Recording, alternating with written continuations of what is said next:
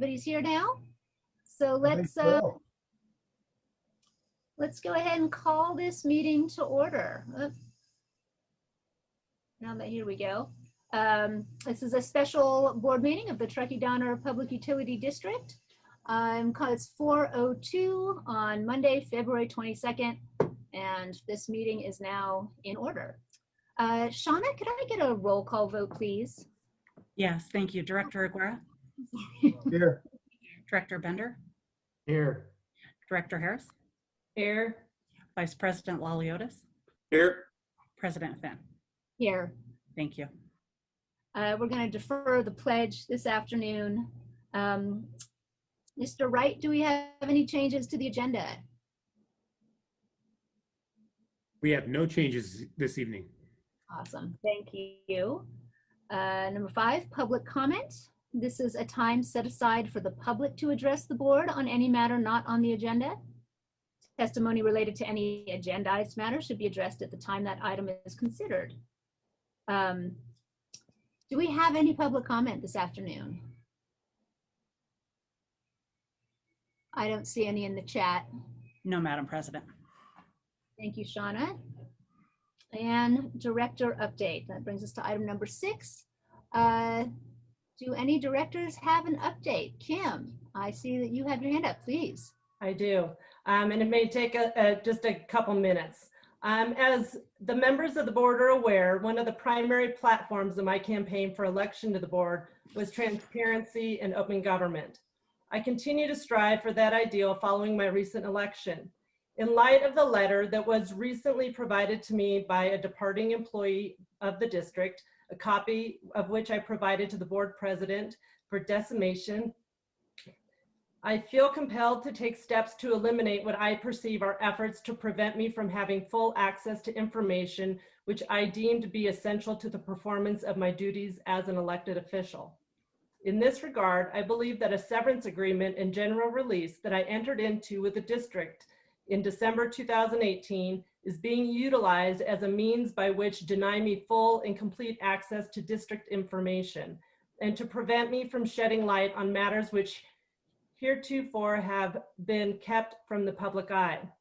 Pursuant to the district's adopted bylaws, specifically section 2.04.060.2, I am requesting that a matter be placed upon the next regular board meeting agenda which asks the district to formally waive certain provisions of the severance agreement and general release that I believe I have been rendered nugatory by my election to the board of directors of the district. Before I identify the provision that I believe should be stricken, I want to first identify other board regulations which I believe are implicated and should be taken into consideration. They read as follows. 2.32.020.4.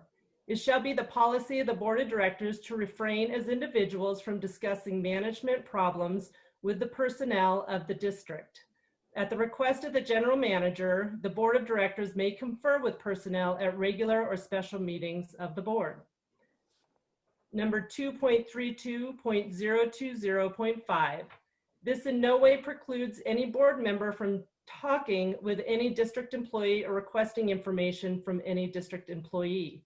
However, if such requests for information are time-consuming in nature, in consideration of the employee's work schedules, directors shall coordinate such requests through the general manager. The severance agreement that I entered into on December 4th, 2018 contains 3 provisions which are being used to prevent me from performing the duties specifically authorized above. And they read as follows. G1, in accordance with the terms and conditions set forth in this agreement.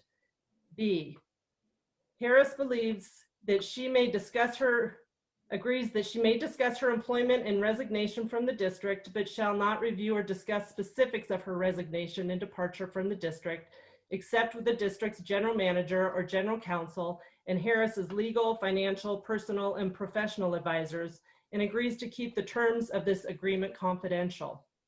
C, Harris agrees that she will not contact, disrupt, or attempt to disrupt district employees while they are working and will not interfere with, undermine, or attempt to undermine the authority of any of her supervisors or other supervisorial or managerial staff at the district and will not encourage others to do so. G11B, Harris represents, warrants, and promises she has not used and will not use for her own benefit or divulge to any other person, firm, corporation, or other entity any of the confidential information which she has obtained or learned as a result of her employment relationship with the district, except in the course and scope of her employment by the district. Following my election to the board, some of the members of the board of directors have insinuated that a lawsuit will be filed should I engage in conduct which they believe violates the aforementioned provisions. Most specifically, certain board members have taken the position that I may not contact any district employee to discuss matters which pertain to the operation of the district. As noted above, I believe that my election as a board member renders these provisions null and void. And in order for me to properly perform the duties for which I was elected, I feel as though I must be able to perform those functions without fear of the threat of litigation against me. Despite the provision of this agreement set forth above in paragraph B, which required me to keep the terms of the severance agreement confidential, at the December 18th, 2020 special board meeting, the district has chosen to make the severance agreement a public record accessible to anyone who seeks to review it. Having done so, I believe the district has waived its rights to enforce the provisions of the agreement and further demonstrated its recognition of the unenforceability of some of the provisions of the agreement. So based on the foregoing, I am asking the board to place an item on the next regular board meeting agenda to formally waive the enforcement of the provisions set forth above, as long as I remain a member of the board of directors of the district. Respectfully submitted, Kim Harris. So, and I will forward you a copy of what was written. That's all I have. Thank you, Director Harris. Do we have any other director comments this evening? Director Bender, I saw your hand go up. All right. Yeah, I guess I didn't have any before, but I do now. I guess these are some big ticket items, Kim.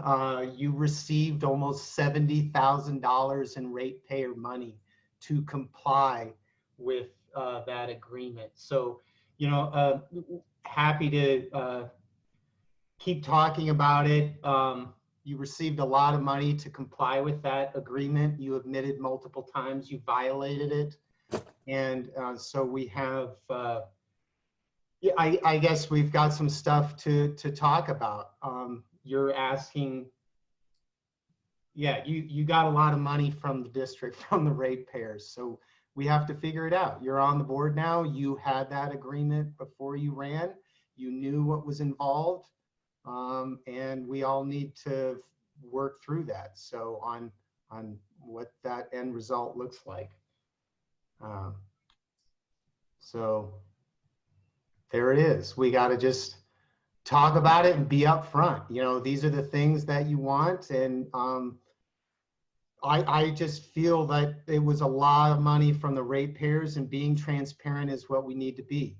So we have to be transparent that you received money to comply with that agreement. And now we got to figure out what those next steps are. Thank you. Thank you, Director Bender. Do we have any other director comments this evening? I do not have a comment. Okay, seeing none, let's get moving to the meat of the evening, which is our strategic plan workshop tonight, which I am excited to begin. So with that, I'm going to hand the baton over to Pam Hobday, who is guiding us through this process. Brian, do you want to make some comments first? Yeah, I'm going to navigate us through this process in terms of the PowerPoint and slides. So I'm going to open the save or share screen here, and then I'll kind of start off with a brief introduction. But thank you, President Finn.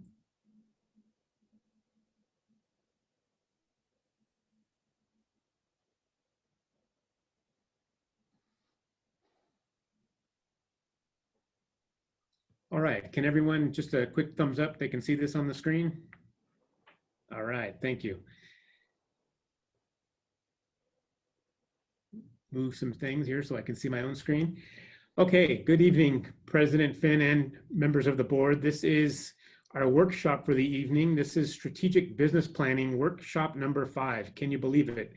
We began this process, actually we started the actual presentations and workshops back in September, but we began the process earlier in the summer with some really strong painting the landscapes and early groundwork to set the table moving forward. But if you can recall, back in September, we had our first workshop to kind of paint the landscape.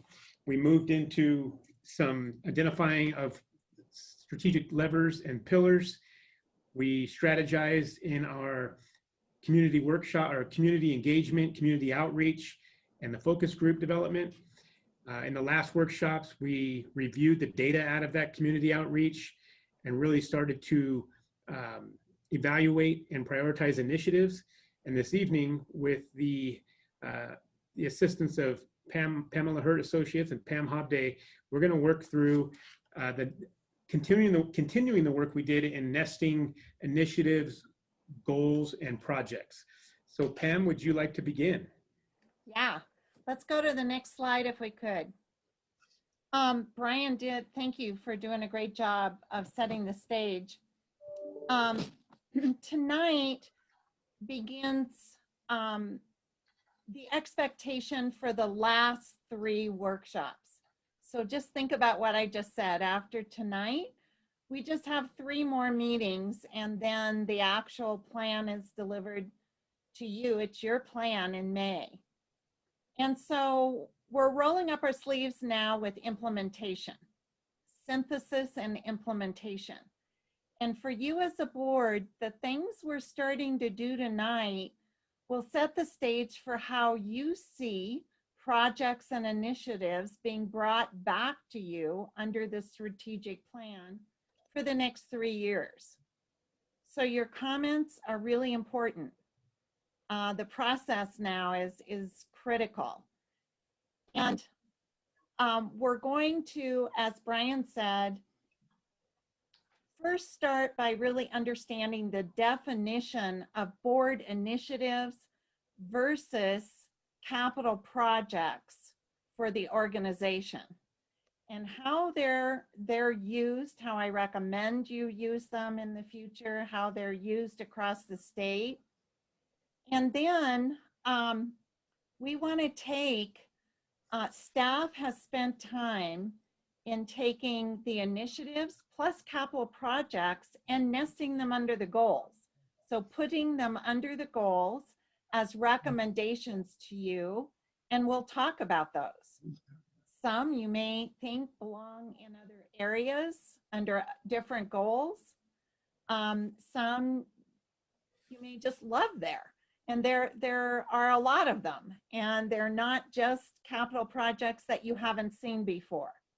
So this will really be exciting because you're going to start to see how the process moves into implementation, organization implementation. I got a quick question. Have we Yeah. has the staff time been captured into like a fund or an account that captures really how much time the staff has put towards the strategic plan in these processes that they do with you?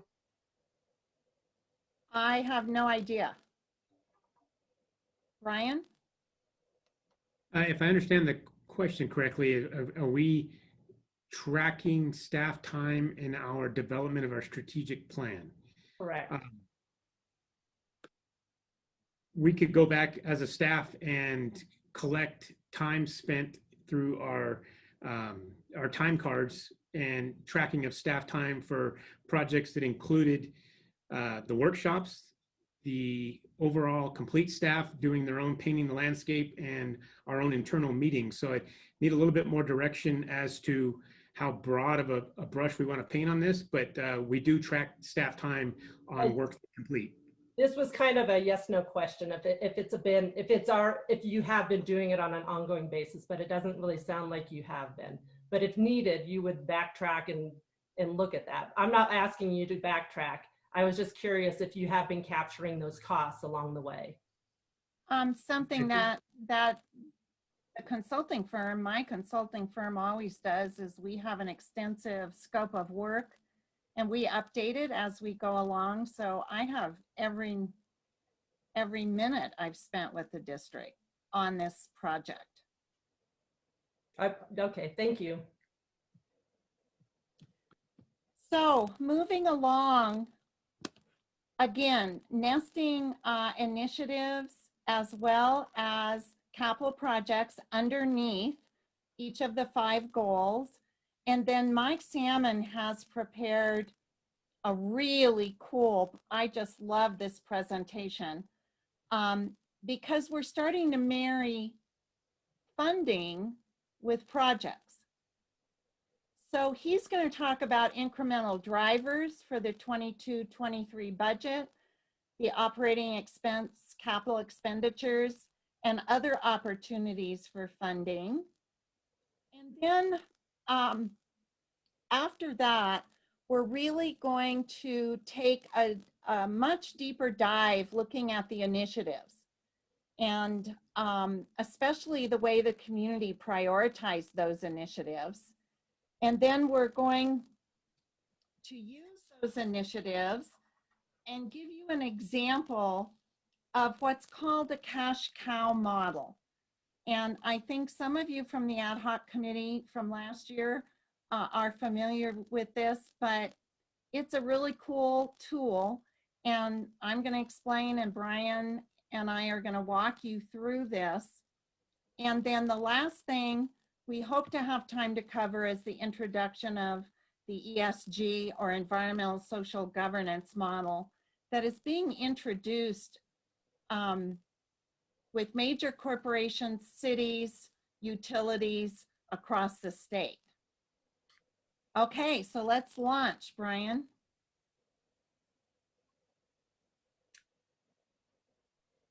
Just reminding everyone of our ground rules, and thank you so much for our workshops with everyone following them.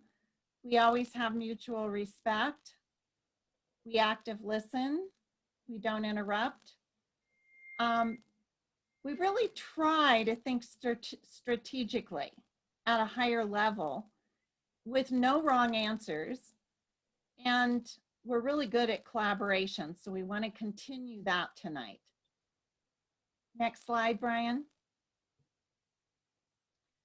A reminder that we have 4 pillars in our strategic planning process, and they interweave and interlap. And we can all feel very, very proud of the extensive community outreach. And I just want to remind you that very few government entities take the time to both do a widespread community survey as well as focus groups. And just want to thank you for each of your participation in this. It was critical. Of course, you as the board, this is really your process and project, your strategic plan, the executive leadership team, and the employees. And in April, just one snapshot ahead, and we're going to tell you more about this a little bit later this afternoon, we're really going to focus on a staff development plan. That's always part of a strategic plan. Next slide, Brian. Keep going if you would. Okay, so vocabulary. This is what I talked about just a little bit ago. Language is so important in strategic planning because remember, this isn't just now. You know, Pamela Hurt Associates will be finished in May, and you are going to carry this on. And I can't wait to watch over the next 6 and 7 months how you do this. But what we're setting the framework for for staff and the board working to get together as continued workshops, community workshops. And here's the language that's important. Usually our initiatives are established yearly and they're board initiated. They are usually validated by the community. And that can be as extensive as we did with focus groups, but they're usually not included in the budget, and therefore they have no revenue stream. So we get these really cool ideas that you as a board really want to look at doing, and that is part of your role and job. And then it's the great opportunity to have the community weigh in and say, you know what, I really don't like that as much as you do. I like this better. And then you listen and you begin to say, where's the money, honey? And begin to marry different revenue streams, different opportunities. And some of these initiatives continue. And they have resources budgeted, or they become partnerships with a variety of entities in the community. And we're going to talk more about that, but it's important to know that in the strategic plan, our initiatives are the ones that you as a board identified last summer and that we have had recently validated by the community. Capital projects can be ongoing multiple year projects, and they're included in the budget. And Mike's going to get a lot more specific with this later, but I'll keep referring back to this tonight. Okay, Brian, next slide. So here are our initiatives. Remember, they're board focused, and you all might have prioritized these differently than the community did. But our community priorities were undergrounding of overhead power lines and broadband. Not that they're not interested in 100% clean renewable. And remember, thanks to Jeff, we dropped off to 2027. You'll see that as we move forward. I just wanted to remind everyone of that. And then clean power generation is also very important with solar, hydro, and biomass. Now, mind you, we've been doing some work in these areas, haven't we? We just called them out as initiatives, and you really wanted to see where the community would weigh in. We have 5 strategic goals. And these goals will have initiatives and projects nested under them over the next 3 years. And note that the goals are equal in weight. The numbering is for ease of discussion and application.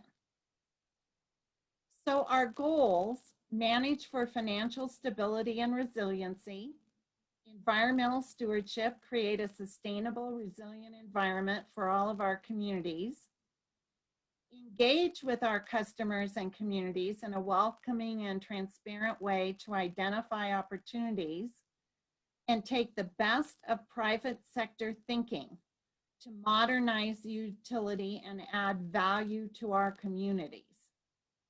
Developing an inclusive culture drives organizational integration and success. Next slide, Brian. So, staff has spent time bringing recommendations to you tonight. So these are staff's thoughts about where the initiatives and capital projects, which one of the 5 goals they feel they should be nested under. Remember that a strategic plan is only as good as you make it as a board. And every board meeting, if there are updates, go to the next slide, would you, Brian? And then I want you to make some comments on this too. The general manager will refer to these capital projects as goal 1, project number 1 under electric. And dollars will be tied to that as well. So the thinking then becomes, you know, much more focused, and everyone knows that managing for financial stability and resiliency, you'll get very familiar with which initiatives and projects are nested under these. And Brian, would you make a few words about the future and your intention of how you want to use these? Yeah, absolutely. So as we're looking through each of the goals, the 5 goals that Pam mentioned, here, for example, we have managed for financial stability and resiliency. Up at the top in red is highlighted the board initiative, undergrounding of overhead power lines, but there are also under that goal other key staff recommended capital projects that fall in alignment with those goals. They support those goals through their completion. And over time, here's just as an example for discussion this evening, are some projects that staff has identified under the electric and water utility operations, but there are other projects as well across other operational departments within the district. But as we move forward and after the strategic plan is fully developed for the next 2 to 3 year period, staff will be bringing these back to the board with updates through our general manager updates or workshops, or simply, you know, project updates in open session. And we'll be able to easily identify these through goal number 1, as Pam mentioned, goal number 2, project number 3 within the utility sector. It allows us as a district to quickly and transparently align our projects with goals and possibly initiatives, and everyone will know exactly why we're presenting to the board for approval and what goal these projects are driving. One of the mechanisms, for example, that we will be able to utilize is the staff is becoming more and more proficient at tracking projects through project management software. One example is Monday.com, an online cloud-based software that allows the entire district or a team to track projects as they progress. And that information and data will be brought to the board during our periodic updates. They may be once a month, they may be once a quarter, at the board's pleasure of how often we want to have updates on where we are in achieving these goals. And so as you as a board and staff develop this larger document, you're going to see some continuity really develop between what we're doing at the project level, what's happening at the initiative level, and how that all ties into the long-term goals. So here, for example, are a list of— Could I interject and make a process observation? Absolutely. So Monday.com, we've talked about before, and it's a very simple, very effective and efficient means of using metrics to do project management. And next month, Brian is going to show you how it works. So let's say you as a board say, we would really like to have a workshop, and I'm making all this up now, on the Martiswood pump station.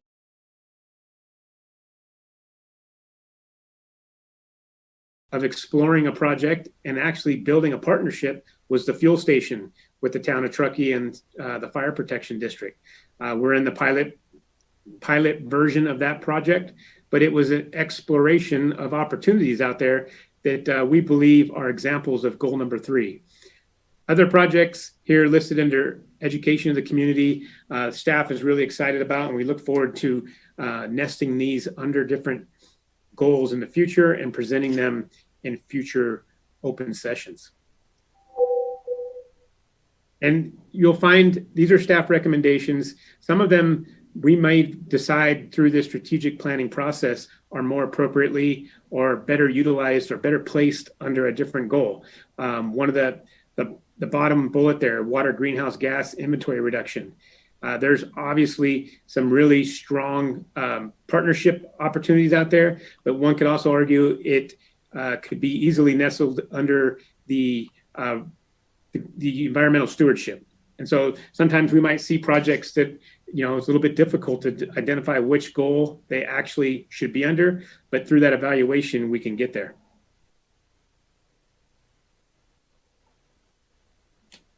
Goal number 4, take the best of private sector thinking to modernize the utility and add value to our communities. The board initiative that really fits nicely here is explore high-speed internet broadband for our community. Obviously, with the community focus groups and the community survey, the data showed that this is a topic that this community of Truckee is really interested in exploring. It is a modernized kind of private sector approach to really a public issue. And so we're looking forward to exploring this initiative with partnerships. Later on in this workshop, we're going to discuss a little bit more after Mike Salmon goes through the financial overview. We'll talk a little bit more about how do we take these initiatives and start to build a larger plan. What are the next steps? And we'll talk about those here in the coming slides. Other capital projects, the fiber ring completion. We've talked at great length, many workshops over the past 5 or 6 years, discussing the build out of our own internal network, the fiber optics rings that is utilized for both our water and power SCADA systems and our overall communication resiliency. That project's not complete. We talked about that in a couple of the focus groups. There are some continuing phases, but it does continue to support the modernization of this utility. It has been actually instrumental in a lot of the modernization that we already have. Other projects, in terms of the broadband, we still need to have some consulting and legal services for the community broadband over the coming years, and explore what we may want to, as a community, look at as whether the district's going to provide this service or it's something that is done on the wholesale retail outlets.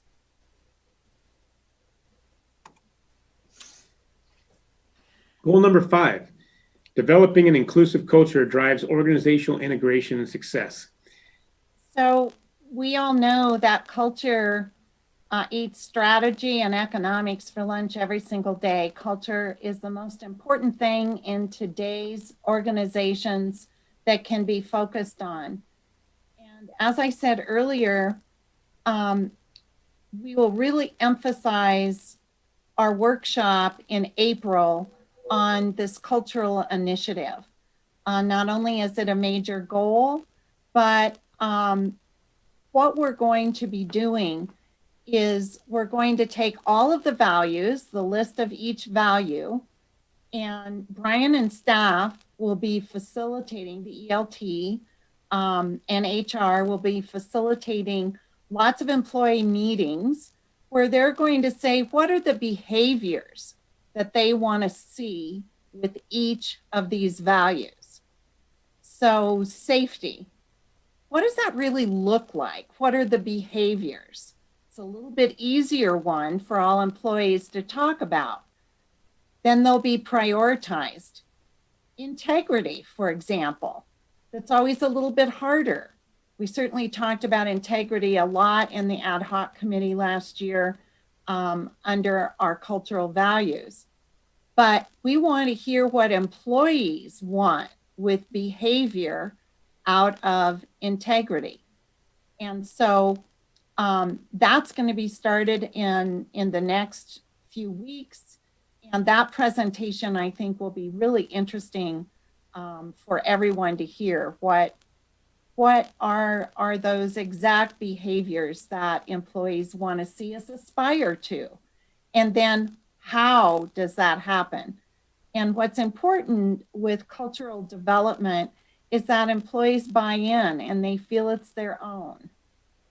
And that they are able to see how the organization can get there together. So it's a bottoms-up approach, which is really important. And Brian, do you want to talk about these other cool projects?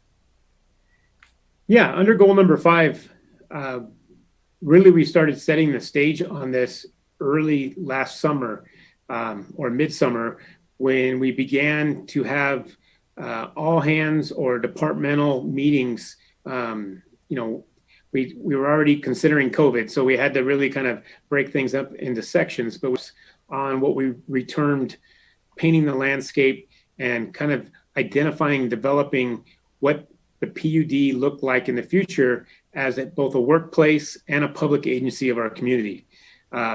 We had great discussions on staff development, what opportunities there were for education, training, things like the leadership boot camps and cross-functional projects. We talked a lot about kind of the early steps of marrying values and culture and what that really meant, as Pam was just talking about. We had some great initial projects come out of the group. One, for example, was the Clean Donner Lake. The district sponsored an event with staff to go out and clean the beaches and the beach area of Donner Lake. That was a project that you, the board, got to participate in. It came out of our staff discussions. One of our administrative records techs and district clerk office staff members came up with this project, and it was fully developed and implemented, and it was well received by both the community and staff. And that's just one of the examples of what we can do moving forward. Quarterly employee engagement meetings, we're actually doing that a little bit more frequently. Over the last 3 to 4 months, meeting with the entire staff, in a kind of a safe social distance manner, broken up into sections, but really setting up meetings where staff have an opportunity to meet with all levels of the organization, provide some feedback, engage on, questions, concerns, what are the newest developments locally, regionally. Obviously, COVID is a big topic in a lot of this, but moving forward strategically, setting these communication paths up is going to be critically important. And they can take different formats. We've had,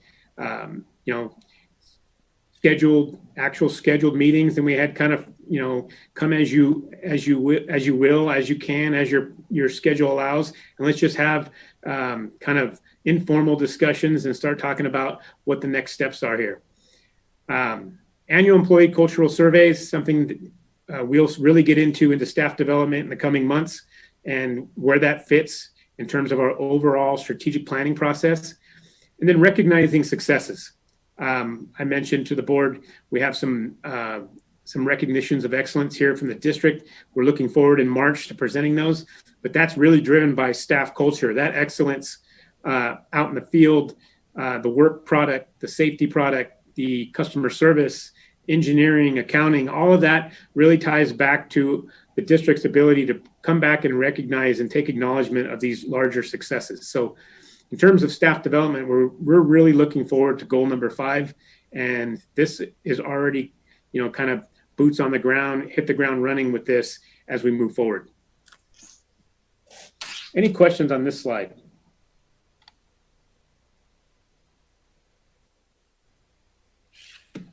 Board discussion. I think what's, we all can't wait to hear and your thinking as a board and we can go back to any slide, obviously, but how are you feeling about where things are nested? And I just want to repeat what Brian said. After Mike's presentation, we're going to spend time with each of the initiatives and next steps and have brainstorming. So right now we're interested in your feeling and what you're feeling and what you're thinking, both about where the initiatives are nested and some of the capital projects, but more than that, at a 40,000 foot, do you like how this is going to give you access to what's going on in the future, how it's going to be applied? Well, I'll go ahead and I do.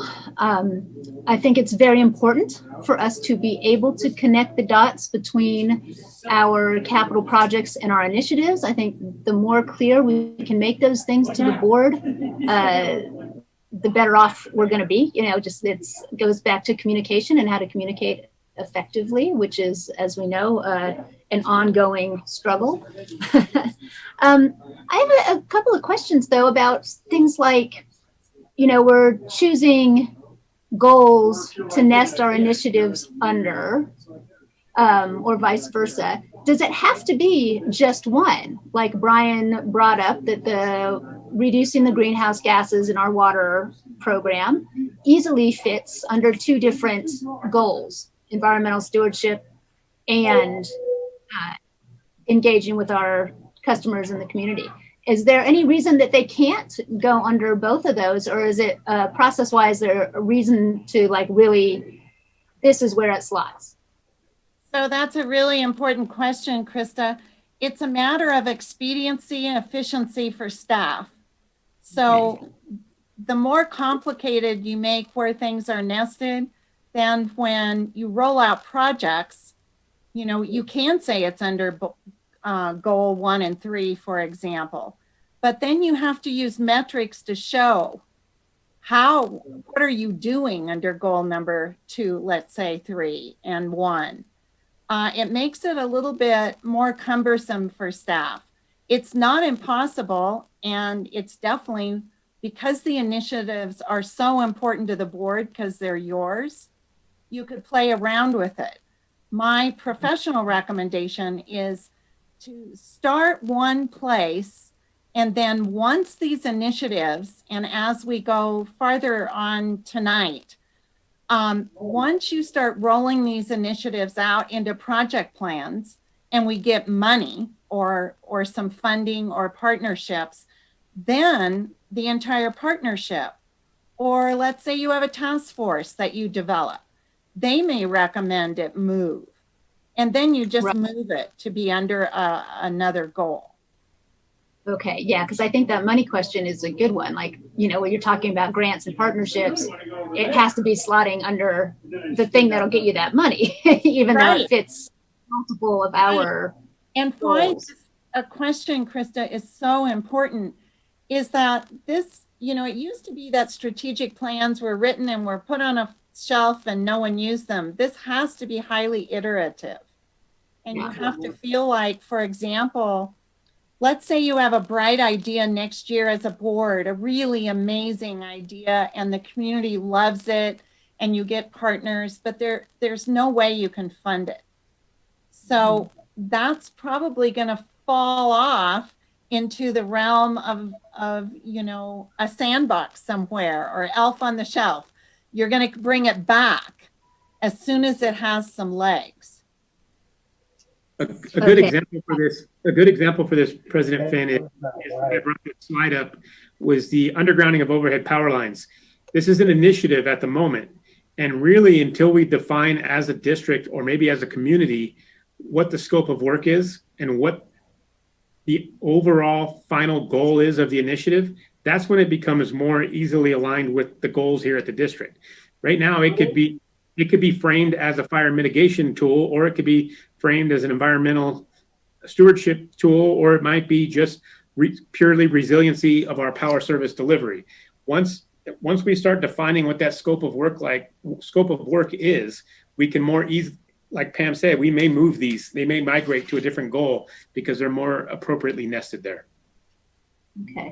Okay, that does explains why they don't go under more than one at a time. And you've also sort of answered another question that I had, which is about, and again, process-wide, what's the most effective route to introducing new initiatives?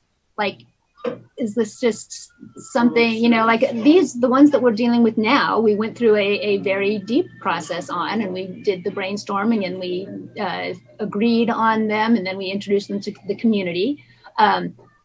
I don't know if that exact same thing is going to happen to every, as we do a gap analysis, for example, there's I feel like I left electrification hanging out there and I should have pushed it more, but I also feel like, a strategic plan is always able to adapt and incorporate new initiatives as they come to the forefront. I think all of us watching what's going on in Texas have a lot of things maybe that we're thinking about that are very important to the ongoing health of our community and our utility. that maybe, new ideas, new understandings of processes are always coming up. So if you have new thoughts and new initiatives, what is the best way for a single board member, like who has the idea, to introduce it to the rest of the board for discussion and perhaps incorporating into the strategic plan? So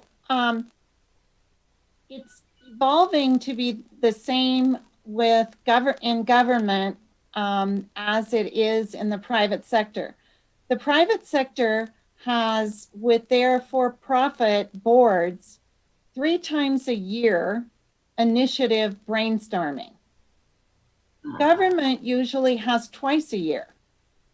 And you set workshops as a board with staff where they're, just like we did, exactly that same process, where you're able to talk about them, where in your minds, okay, in June, I'm bringing up electrification again.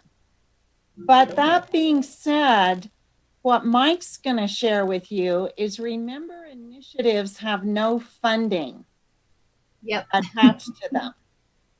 And so you as a board, why this process is so important is you can see where the money is and how much money you want to target based on community resources, federal resources, geo bonds.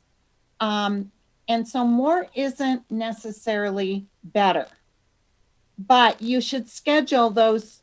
My recommendation is to schedule those ideation sessions where you're really looking as a board at initiatives. Thank you. And Yeah. I am sorry, I've taken up plenty of time. Do any other board members like to pipe in about something? Yeah, I'd like to hear from everybody, Krista, if we could, what people think of the process, where these are nested, just what it's going to look like in the future, this just as a draft. Tony, I really want to hear from Tony.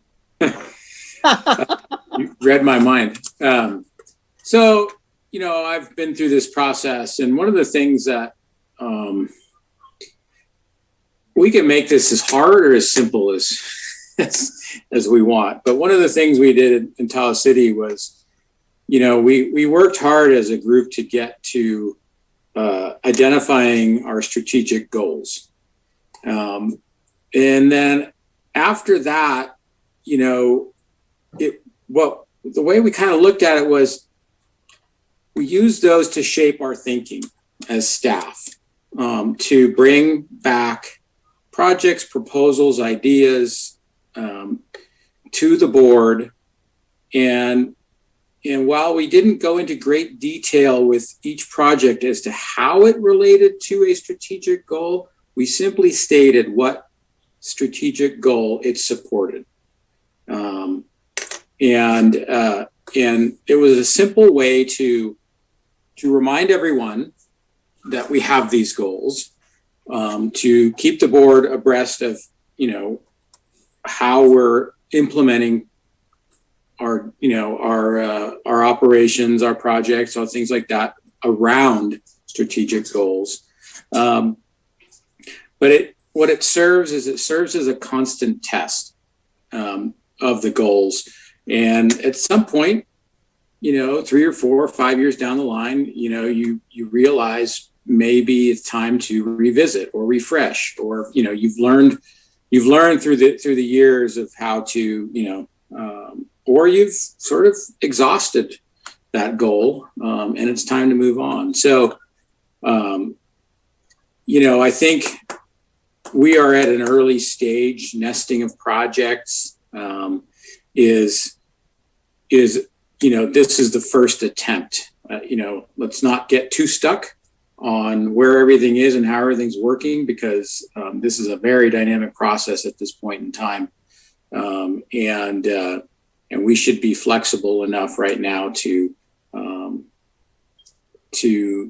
see where things need to be moved around or wiggled or changed, or, hey, I just don't like that goal anymore. I just think that goal was, too focused over here, and it's pretty clear that, we need to focus over here. So let's let's keep an open mind right now, because I think it's too early to get too into the weeds. Thank you, Tony. Really agree with all your comments, especially as it serves as a constant test. That's really important.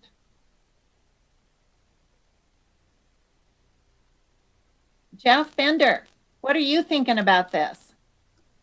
Yeah, overall, I like the process. I like to start seeing, related projects.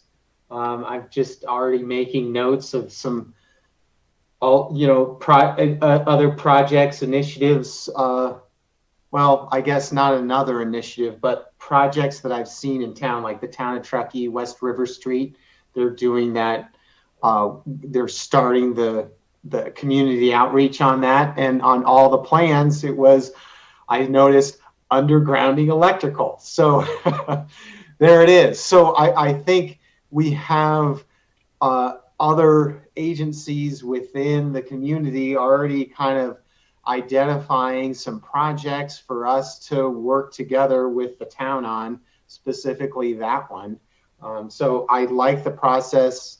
I learned more about Elon Musk's dream of satellite broadband, and so broadband, I'm thinking, and then with what Tony said and regarding customer support and installation and that whole infrastructure of broadband. So I have a lot of thoughts on all this stuff as time goes on. I really like Krista's electrification. It's where the California Energy Commission is going, electrifying the grid, and actually the new energy code. We're just getting all new homes in California shall have solar on them, period. There's a few exceptions on some projects. We're working through it here locally. So, there's going to be a lot of bringing together. So I really like where we're going. I'm taking notes to interject stuff to add at some point. So I like it. Thank you. Thank you, Director Bender. Director Harris, what are you thinking about this? I really like all the comments that the board members have given, so I appreciate listening to the wide variety of thoughts and opinions on that.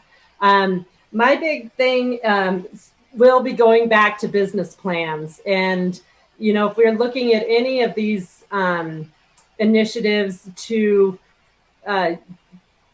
get somebody in to do like the full business plan, where they look at the staff time, they look at more of the specifics of, if we do broadband, how many people would really sign on and jump ship from Suddenlink? Because I understand that Suddenlink and the town in Placer County are all meeting together to try to improve the systems, because there's been some huge issues with Suddenlink. So, I have visions of when the gas lines went in, Southwest Gas came in, that was a huge undertaking of putting in all of the pipes and getting everybody hooked up. And if you decided to get it run to your house, it was free, as long as you agreed to do it. And if not, then they're gonna charge quite the fee to have it added after the fact. So these are, and I also know that as part of the public meetings that we had, there was a huge percentage of people that they wanted to see a proposed business plan before committing to anything like that. So, but this process that we're going through, like Tony says, you can be as in depth or as simple as it can be, but it is a good test to come around and take an idea of which goal does it really fulfill. And one of the other questions you probably have answered in the past. So when were these goals set? I think they were set in early 2020. We actually defined strategic levers first in the summer. And those strategic levers, the more we worked with them, the more we defined them, moved into our goals. Okay. Because I say it just about every meeting is the one about taking the best of private sector, I understand it's always good to look at the private sector, but just not to lose sight that we still are a community-owned utility. So, but good comments from everybody. Thank you. Thank you for your comments too, Director Harris. Director Aguera, what are you thinking about what you've seen so far? I don't like all that money spent. we have some goals set up, and we have I see all this money that goes to these things, and I'm kind of thinking that maybe in the next workshop, a couple of next workshops, the thing to do is to see which one we're going to start with and where the money is, manage the financial stability of that project. And then once we start that one, we have to get into it before we can go to the next goal of some sort, because I don't think we can spend all that money all at once. So we have to go goal to goal. And we have to start somewhere, and maybe we'll start with whatever we decide on which one we want to start with. And you all had good thoughts and everything, and I says, well, that's a lot of money shown on the board. So let's when we start, we're going to find out how we're going to proceed with the goals. Yeah, so those are really important questions. And where we're headed next tonight is, remember that we're after our CFO, Mike Salmon's presentation, we're going to go into each initiative. And Brian's going to take you through each one. And there's some things that are already happening. Those are the ones, Director Aguera, that are not funded at all, the initiatives. Many of these projects are capital projects, which you have known about. Not all of them, maybe, and Brian can talk more about that. But well, Brian, I know that we're into some of these goals already, and that we are working on them. So, yeah, but they're kind of being not initiated because that's part of what we're supposed to do anyway. Yes, absolutely. Continue with our job. So let's see what the next couple of workshops will bring us. Good. Is Brian going to go through it tonight, each one? Yes, each initiative. And where we're going to go next, Brian, let's go to Mike's header. I see it. So, Mike, I'm going to turn this over to you. Okay, I'm unmuted. All right, thank you, Pam, Director Finn, or President Finn, and members of the board. I'm going to take the next hour to hour and a half to go through all the financials. I'm kidding. I'm just going to do a quick overview at a top level of kind of the financial metrics. I tried to lay this out in as simple a form as I could. Hopefully I addressed what I thought was the pertinent matters related to the subject of the workshop. Foundationally, I thought it was important first and foremost to make sure and clarify with everyone in the room the fundamental accounting understanding is there is when it comes to expenditures, particularly here at this, all businesses, it could be grouped into three categories. There's expense expenditures, capital expenditures, and debt service expenditures. And that's how we summarize our budget. I'm going to get to that on the next page. Fundamentally important to understand the difference in these type of expenditures.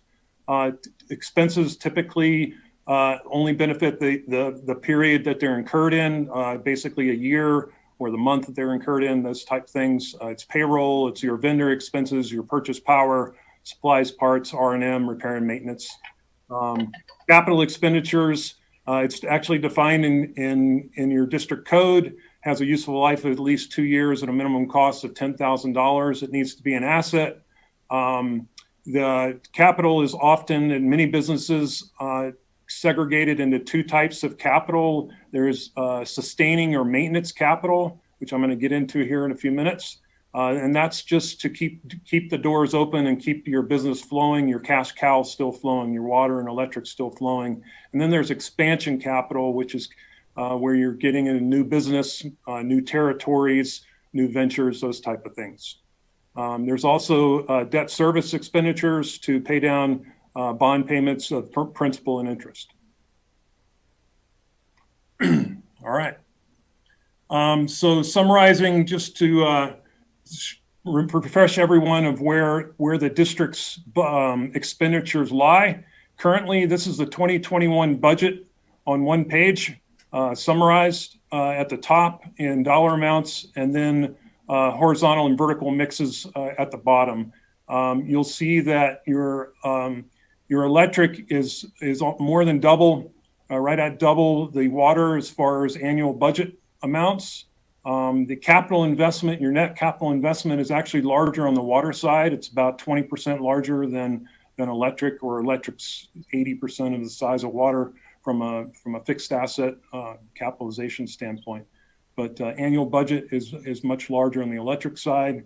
The vertical mix is just, let's see if I can get on the left-hand quadrant at the bottom, you can see 41% of electric's budget is tied up in purchase power. No surprise there. It's an easy one to know and understand, but it's important when you talk about how big the electric budget is, it's important to understand that 40% of that goes to purchase power. On the water side, you've got 20% of the annual budget is going to debt service. So good news there, that number in 2022 does drop by $1 million. You have very little debt service on the electric side.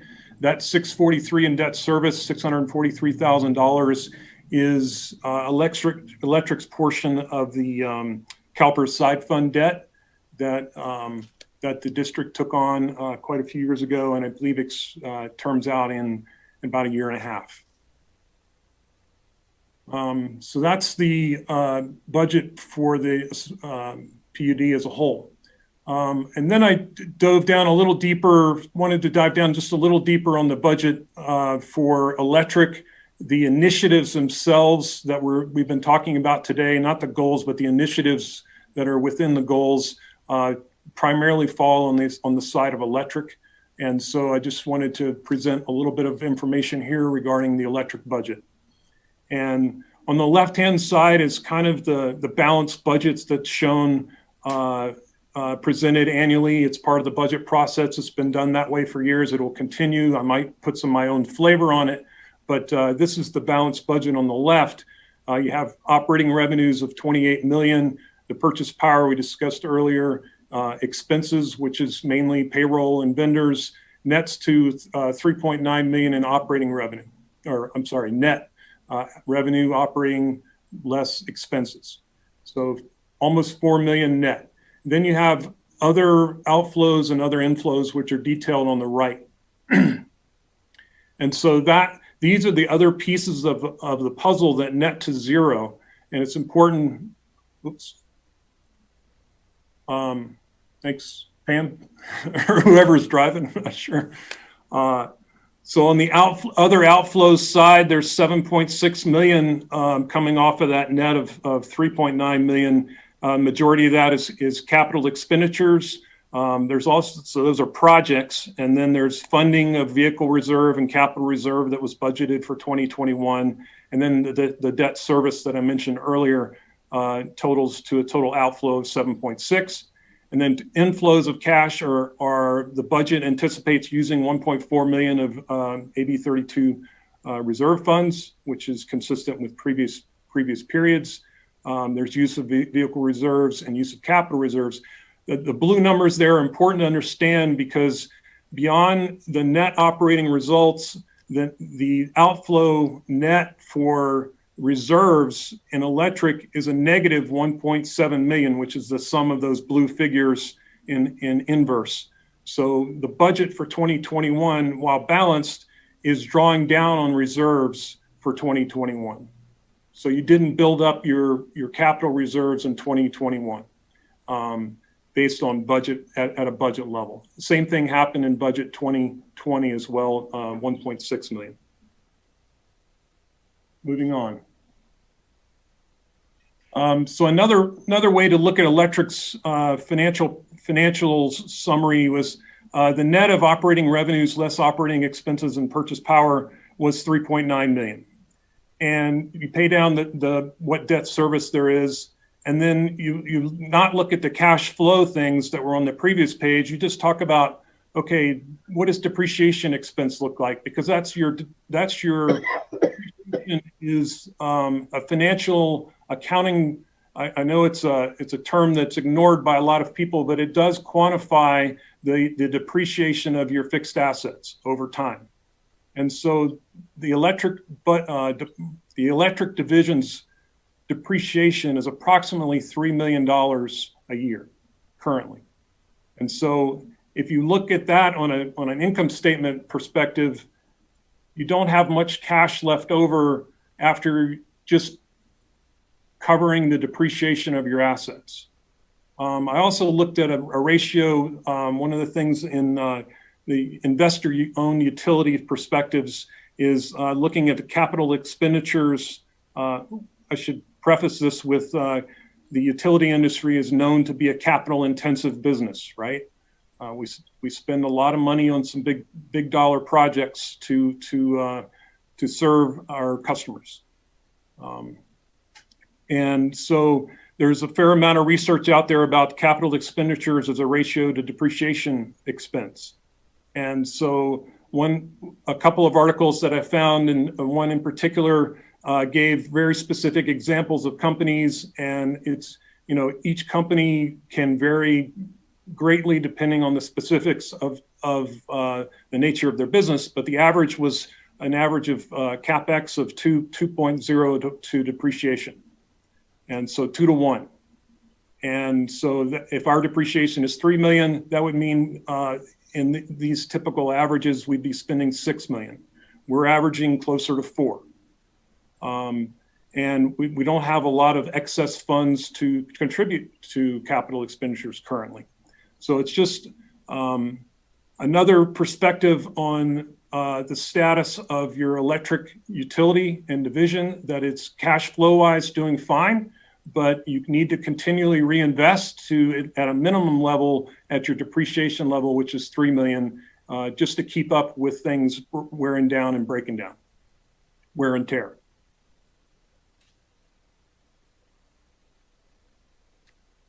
Then I took some time to just lay out a few hypotheticals. Please know that all the next 3 slides are completely just for education purposes. They're not a recommendation of any stretch or form by me or anyone else in this room today, but they just give you a financial perspective of your electric utility, all right? So with electric here at the PUD, there's 14,200 customers, give or take 20. So as a hypothetical example, $500,000 incremental cost would be 4% of 11,000, which is your operating expenses, or 2% of your 24 million, which includes purchase power. That 500,000 divvies down to about $3 per customer. That $3 compares to an average bill of about $70, which would be 4% for initiatives. So what I'm laying out here is just a financial perspective of, if you wanted to throw $500,000 at initiatives, people's bills would go up 4%, irrespective, unless, of course, we were able to obtain other funding from other sources to help us with a particular project. So it's just to give you a litmus test of understanding of the financial size of scope of what we're dealing with. Another example is on the next page. Again, 14,200 customers, not 14.2 million. Debt service, 50 million. If you spread that over 20 years, that would be $15 a month. And that would be about 37 million in debt principal. No one's proposing that. I'm just giving you a financial view of what that would look like. I think that's about a 20% increase in the bill. Next page. So these are just various scenarios of what an increase of $15 per month, $7 per month, and almost $6 per month, what that equates to in dollars. That could be, each one of those could be presented in reverse. The math works either way. And that could be in debt service or in operating expense. The next slide is another way of looking at that 500,000 is if you threw some of that at operating expense and some through a debt service. If you spent close to 4 million on a bond, you would equate to basically 500,000 in annual revenue requirement, or close to $3 a month. Next, I was just going to go into some talking points for each of the initiatives that nest under the goals. On the broadband side, there is a capital improvement plan for both water and electric. In the electric capital improvement plan is building out the remaining portions of fiber. So that's going to happen. It's in the plan to do. We need to talk about timing and get everybody on the same page for that, but that is in the plan. And that's a maintenance capital. It is new, but it's kind of building out the existing infrastructure. Business plan has been drafted. There is a draft business plan, but there's still more work that needs to be done on that, as well as understanding the potential for partnerships and joint ventures, whether we want to go wholesale or retail. And certainly if we're running a broadband business here, like we run water and electric, we would create a new division in the PUD for broadband. But that's if we went the retail direction. If we go the wholesale direction, it's a different conversation. Local generation. This is a big one. I don't know how much momentum it has, but you know, there's not where to start on this one is complicated. And so I would think if we wanted to chase down this path, we would need to engage with utility electric generation consultants to understand what our potential options are here. Not only what type, but any federal funds or state funds to help us move forward through that.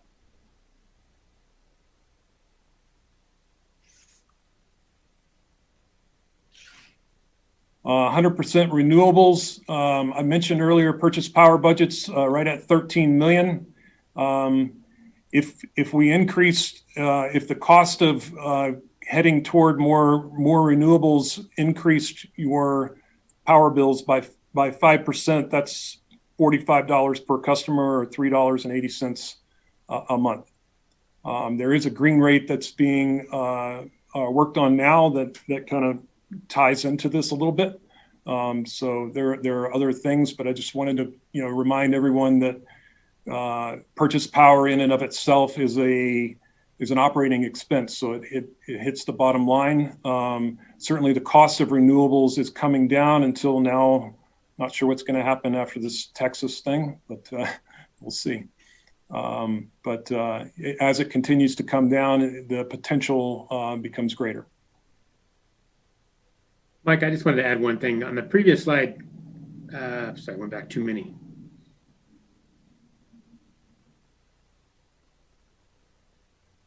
I just wanted to point out, it indicates here that it's low priority. That doesn't mean that the initiative or the concept is low priority. It meant that from a budget perspective, it hasn't been on a high priority list here for us to establish budget. So there's no near-term funds established for this. Thank you, Brian.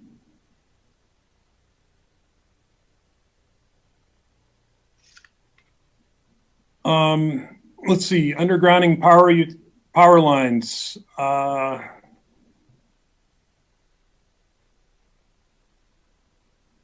Just to clarify on the gray, what I mean by that is, hiring an engineering analysis for a project and then the project dies on the vine, I'm going to need to expense that. So versus an engineering analysis project that turns into an undergrounding power lines project, I can capitalize that. So it may start off as a capital project, but if it dies on the vine, it would need to be expensed as opposed to just expense as incurred to get the initial work done, and then we start capitalizing as we move forward if it's a vetted, fully vettable project. So we can talk more about that as we go down the road, but either way, it's an expenditure. Certainly much bigger dollars when you talk about undergrounding power lines, more than likely either a special assessment district or bonds or some combination of the two, depending on the size and scope.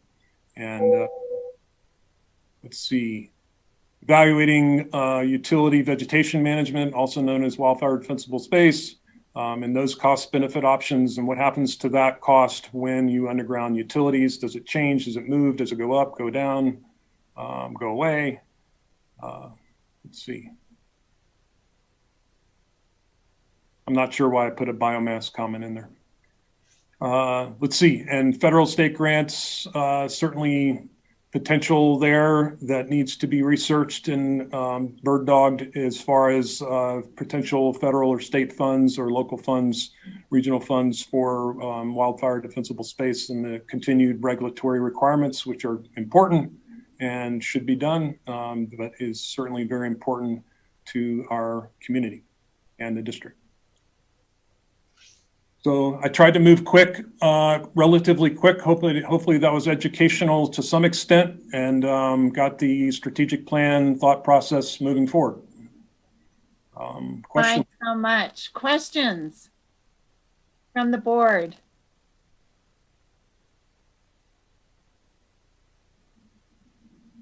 It was definitely a quick review, but I do appreciate the bullet points and the understanding of it. So thank you. You bet. Yeah, I'm pretty sure the board will be provided with, and the entire document, I believe, will be posted online after this meeting for further digestion. And of course, I'm always open for a phone call or an email to address any questions, any details. Other board comments? Thank you. I don't have comments. As you know, this is the part that doesn't inspire me so much. The realities don't. But yeah, it's certainly understanding how it all works and fits together, and what, these are the problems that have to be solved. So this is where creativity gets to come into to our plan. How do we pay for stuff? Yeah. Yeah, like most of you, I'm sure, do your own personal home budgets and your respective places you work. Budget planning is difficult enough without major initiatives looming, and so it requires creativity and thinking, and all of us working together to get solutions to a common result. One of the things that Mike just said that's so important, that we'll talk more about next month, is there's so many great ideas and things to be done. And there's lots of money coming in from the feds to California.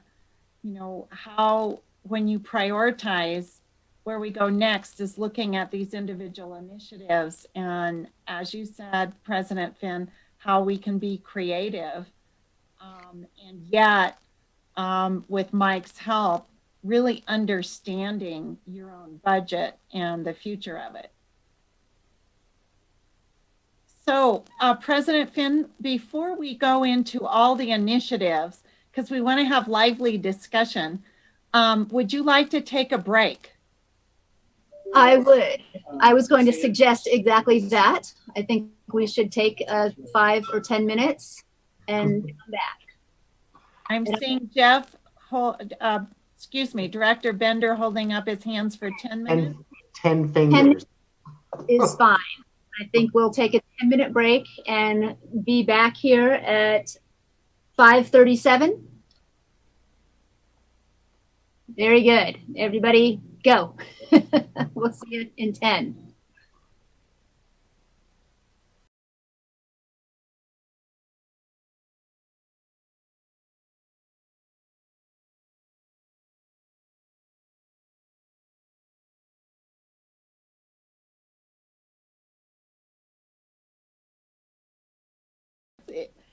So this next section, I can't wait for it to have a lot more interaction and just piggyback off of each other's ideas. You're all really good thinkers. And this is really the concept of each of these initiatives and how we want to apply them. And Director Harris, you and Director Aguera both talked about first steps and business plans and all the things that we heard the community talking about. So this is where we're going to head next. So with that, Brian, let's go to the first initiative. And I'd like to talk about process and then just turn it over to you, Brian, if that's okay. Yep. Okay, so notice that this says initiative, next steps, draft. So for initiatives, until you have a business plan / project plan, it's still a draft. Okay, and part of that business plan or project plan has revenue streams in it. So just know you can't just say, let's implement without having the money, even though it's really fun to do that. But it's not really responsible. I've done that with several initiatives in the community and then had to backtrack and find the money. I'm sure some of you have done that too. But let's start. So the process we want to do is we have 4 initiatives and we're going to start with brainstorming the top 2 community priority initiatives, which was undergrounding of overhead power lines and then get into broadband. So Brian, would you start? And then after Brian is finished, we want to have a board discussion and staff discussion too with Shauna and Joe and Stephen and Mike and the board, you know, what might be, what's missing. Okay, so Brian, tell us the as is so far. Thank you, Pam. So as we go through these next steps for each of these initiatives, we'll start here with the overhead power or undergrounding of overhead power lines. You're going to notice a lot of the bulleted items were topics of discussion during the focus groups. They're topics of discussion during our board offsite workshops with earlier on in this process when we were first talking about the initiatives. And really we're at that stage in this process where the initiatives, we start to think about next steps. And Mike just did a great presentation, high level, just to keep in the back of your mind from a financial perspective of where the district at. As we mentioned, a lot of these initiatives are, or most of these initiatives are unfunded, meaning doesn't mean that funding can't be found. It just means that staff and the board hasn't gone to any great length to identify funding or revenue streams for these projects. And so tackling, tasks such as identifying potential partners and having these initial discussions. For example, having discussions with our local fire protection district or the town of Truckee. Jeff mentioned that he's seen, Director Bender has seen a couple of discussions out there in the community where undergrounding of electric is included in beautification projects or road realignment projects. Those are examples of the district and staff getting out there to identify potential partners beyond just beautification projects, but undergrounding of high power, not high power, but overhead power lines in high fire threat areas. And then really, after we have those initial discussions, start to define what the scope of work is. Is this a complete, across the board undergrounding of all overhead utilities, or is it identifying prioritized sections over time? Going through a SWOT, you all participated in this earlier on in the strategic planning process where we did a review of it, of the strengths, weaknesses, and opportunities for the initiatives. What are we talking about in terms of undergrounding overhead? Are there other opportunities to accomplish some of the same things? Are there other opportunities in terms of funding? What are the strengths and weaknesses of the project? Obviously, the strengths are initially identified in our goals, but what are some of the weaknesses and threats that we're not thinking of here as a district?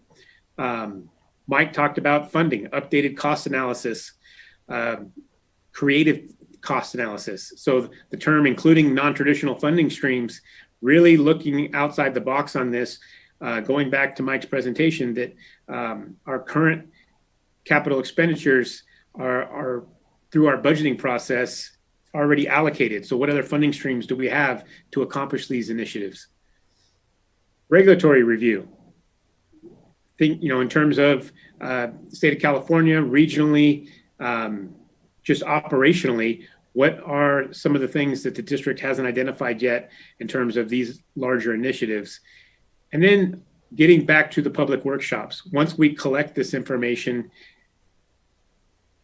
facilitating public workshops where we have the discussion to really identify what these initiatives mean, what are the larger community impacts, what are our ratepayer impacts in terms of funding, what are the regulatory or operational impacts. Only at that point can the district really start to get into plan adoption. And so this set of bulleted points doesn't cover everything. It's not necessarily in the exact order in which we would accomplish these, but it gives a broad stroke picture of what the next steps would be on an initiative such as undergrounding before we can, as a district, even begin to nest projects underneath this initiative. And so what are the next step projects are really, that term we used earlier, exploratory, really getting an idea, wrapping our minds around what this project entails and what the scope is. And a lot of that information and discussion began in the community focus groups. We had a lot of great discussion and heard a lot of insights from people in the community who wanted to weigh in with their expertise, their concerns, and really participate in this project moving forward. I'll stop here on this one before we go to the next one. Yeah. So what are you guys, the board and staff, since it's so great to have a workshop, what are you all thinking about this? And I wanted to kick off the discussion with where Brian left off, because I know you each had experiences in your focus groups like I did. But I had 6 people in a focus group that were just, all over this. And they were engineers. One of them worked for NATO. And one person is in charge of several state grants at the state level. And they all were focused on going after a bond measure, saying the PUD can't do this. This has to be community focused, but you could be the facilitator. And we'd all like to be involved. We'd all like to be involved in this. So what are you thinking and what have you heard? And Pam, you've got a sound issue going on. Mike just let me know that. I'm not, let me try to fix that. And Krista, why don't you facilitate what everyone's thinking while I try to fix this, would you? Certainly, we're happy to. Thank you. There.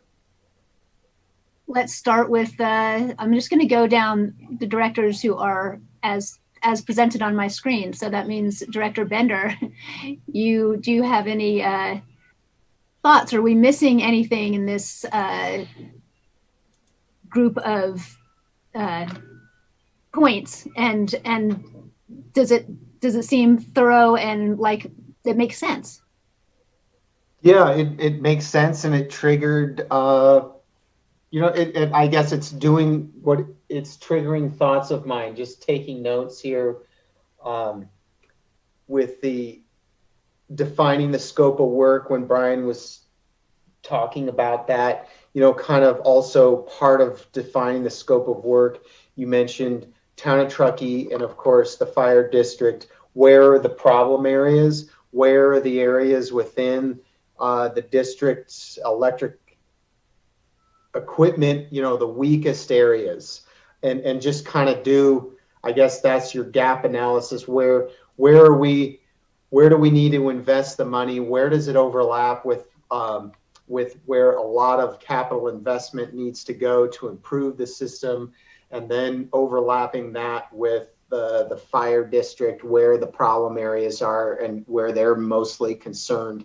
And I think we might just flush out where, some key undergrounding of overhead power lines could be within the district. So that's, I don't think we're missing anything in these bullet points.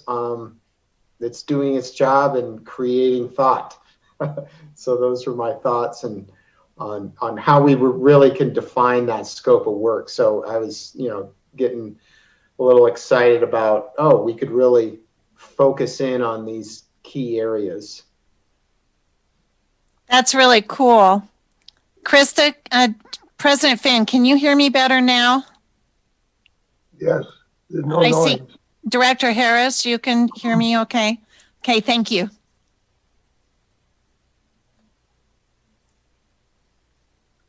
Shall we move on to, Director Harris, your thoughts?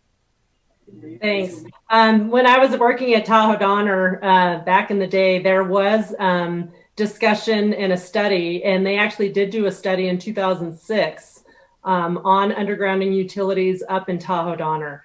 And I believe that there was a Sierra Sun ad, and they did made probably a newspaper article in the TD News on it. I think it's worth taking a look at that one because they're talking about cost per property upwards of $40,000 per property. And just due to the cost, they just couldn't get the interest from the Tahoe Donner property owners in order to do something like that. So, and I also know, as part of that cost, it's digging up the Sierra Mountain, and we know that there's boulders in there, and so it's not as easy as just digging one trench. There's the construction experts could probably give more information on that, but it's the cost of digging in the Sierra boulders and everything could get super duper expensive. So I think it's worth looking at what they did in the past and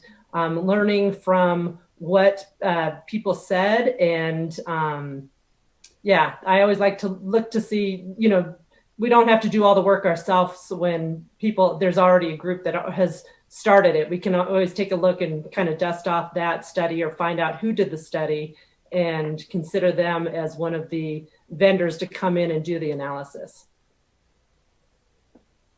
Thank you. Thank you, Director Harris. Director Aguirre? I think we're proceeding as we're supposed to right now. I'm reading the screen here, and we're going by the points. So let's just continue doing as we are. And as things come up, like identify potential partners, once we get with them, communicate and go from there. And then go to the next step to find the scope of work after we get the group together. Thank you, Director. Reed, I didn't mean to interrupt. Pardon? I didn't mean to interrupt you if I did. I can't hear you, Teresa. Oh, I'm sorry. Well, I can hear you, but I can't make out what you're saying. Do you have anything else you'd like to say? I No, accidentally. I'm fine. I'm fine now. Go ahead. Thank you. Director Laliotis?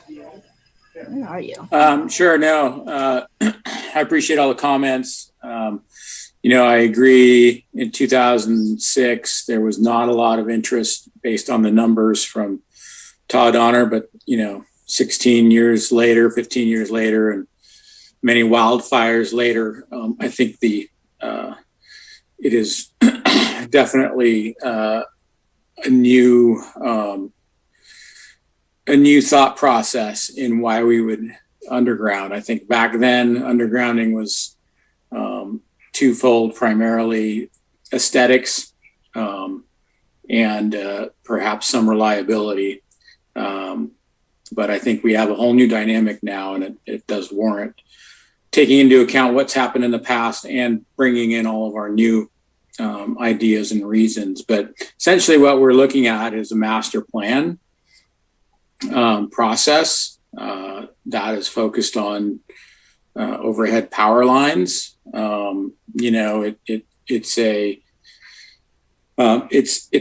It's a process and an expense in its own to go through this plan. But I do think it's time for a rework and a more focused approach using the metrics and the current state of our environment and climate issues and wildfires, insurance issues. All these things are all didn't exist 15 years ago to the level they do now. So I do think it's a good time to revisit this. But yeah, what we're really looking at is a focused master plan on community, and my opinion is undergrounding power lines. But because it's a focused approach and, identifying partners and working with the experts in their respective fields to better understand how we can perhaps target a project or target a plan to be cost effective, but have some impact on our goal is important. So I don't think anything's necessarily missing. I think there is a dollar value associated with all of these bullets. So can't lose sight of that as well. I had one more thought. Just, of course, looking at our own partner, the water utility, because, we are replacing the water lines up Northwoods. They need to be replaced, and absolutely we should. And I think you already are, Brian and Joe, looking at undergrounding the electrical next to that and what that additional cost might be. Because, there we are already planning on digging and trenching to replace those water lines. Yeah, Thank you, Director Bender.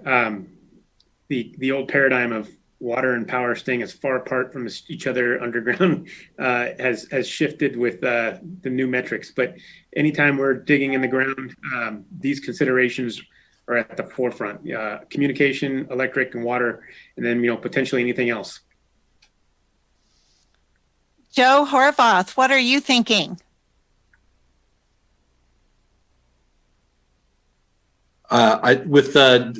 Just like Director Laliotis, I really appreciate all the comments that people have made.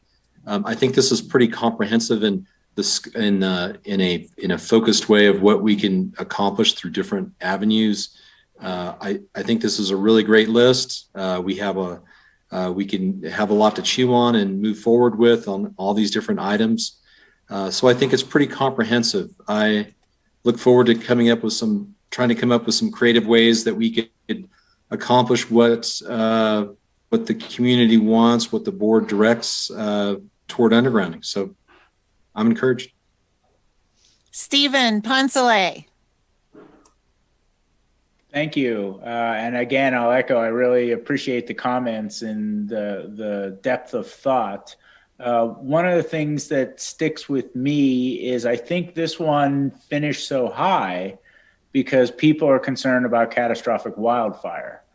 And while undergrounding is one tool in the quiver, 98 or 100% of the fires are caused by humans or by lightning.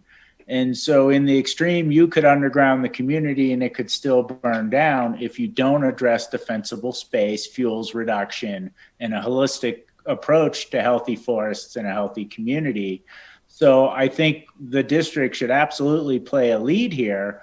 But, you know, we also need our partners in fire and in town to help us define for our community what is the best investment to address catastrophic wildfire. Thanks, Stephen. Mike, Salmon, other thoughts here? You're on mute, Mike. Sorry. Thank you, Pam. Yeah, I would concur definitely with what Stephen Poncelet was mentioning. I saw that in the focus group conversations quite a bit. You know, it was wildfire is the concern, and there could be other cost benefit wise more effective ways to spend community money.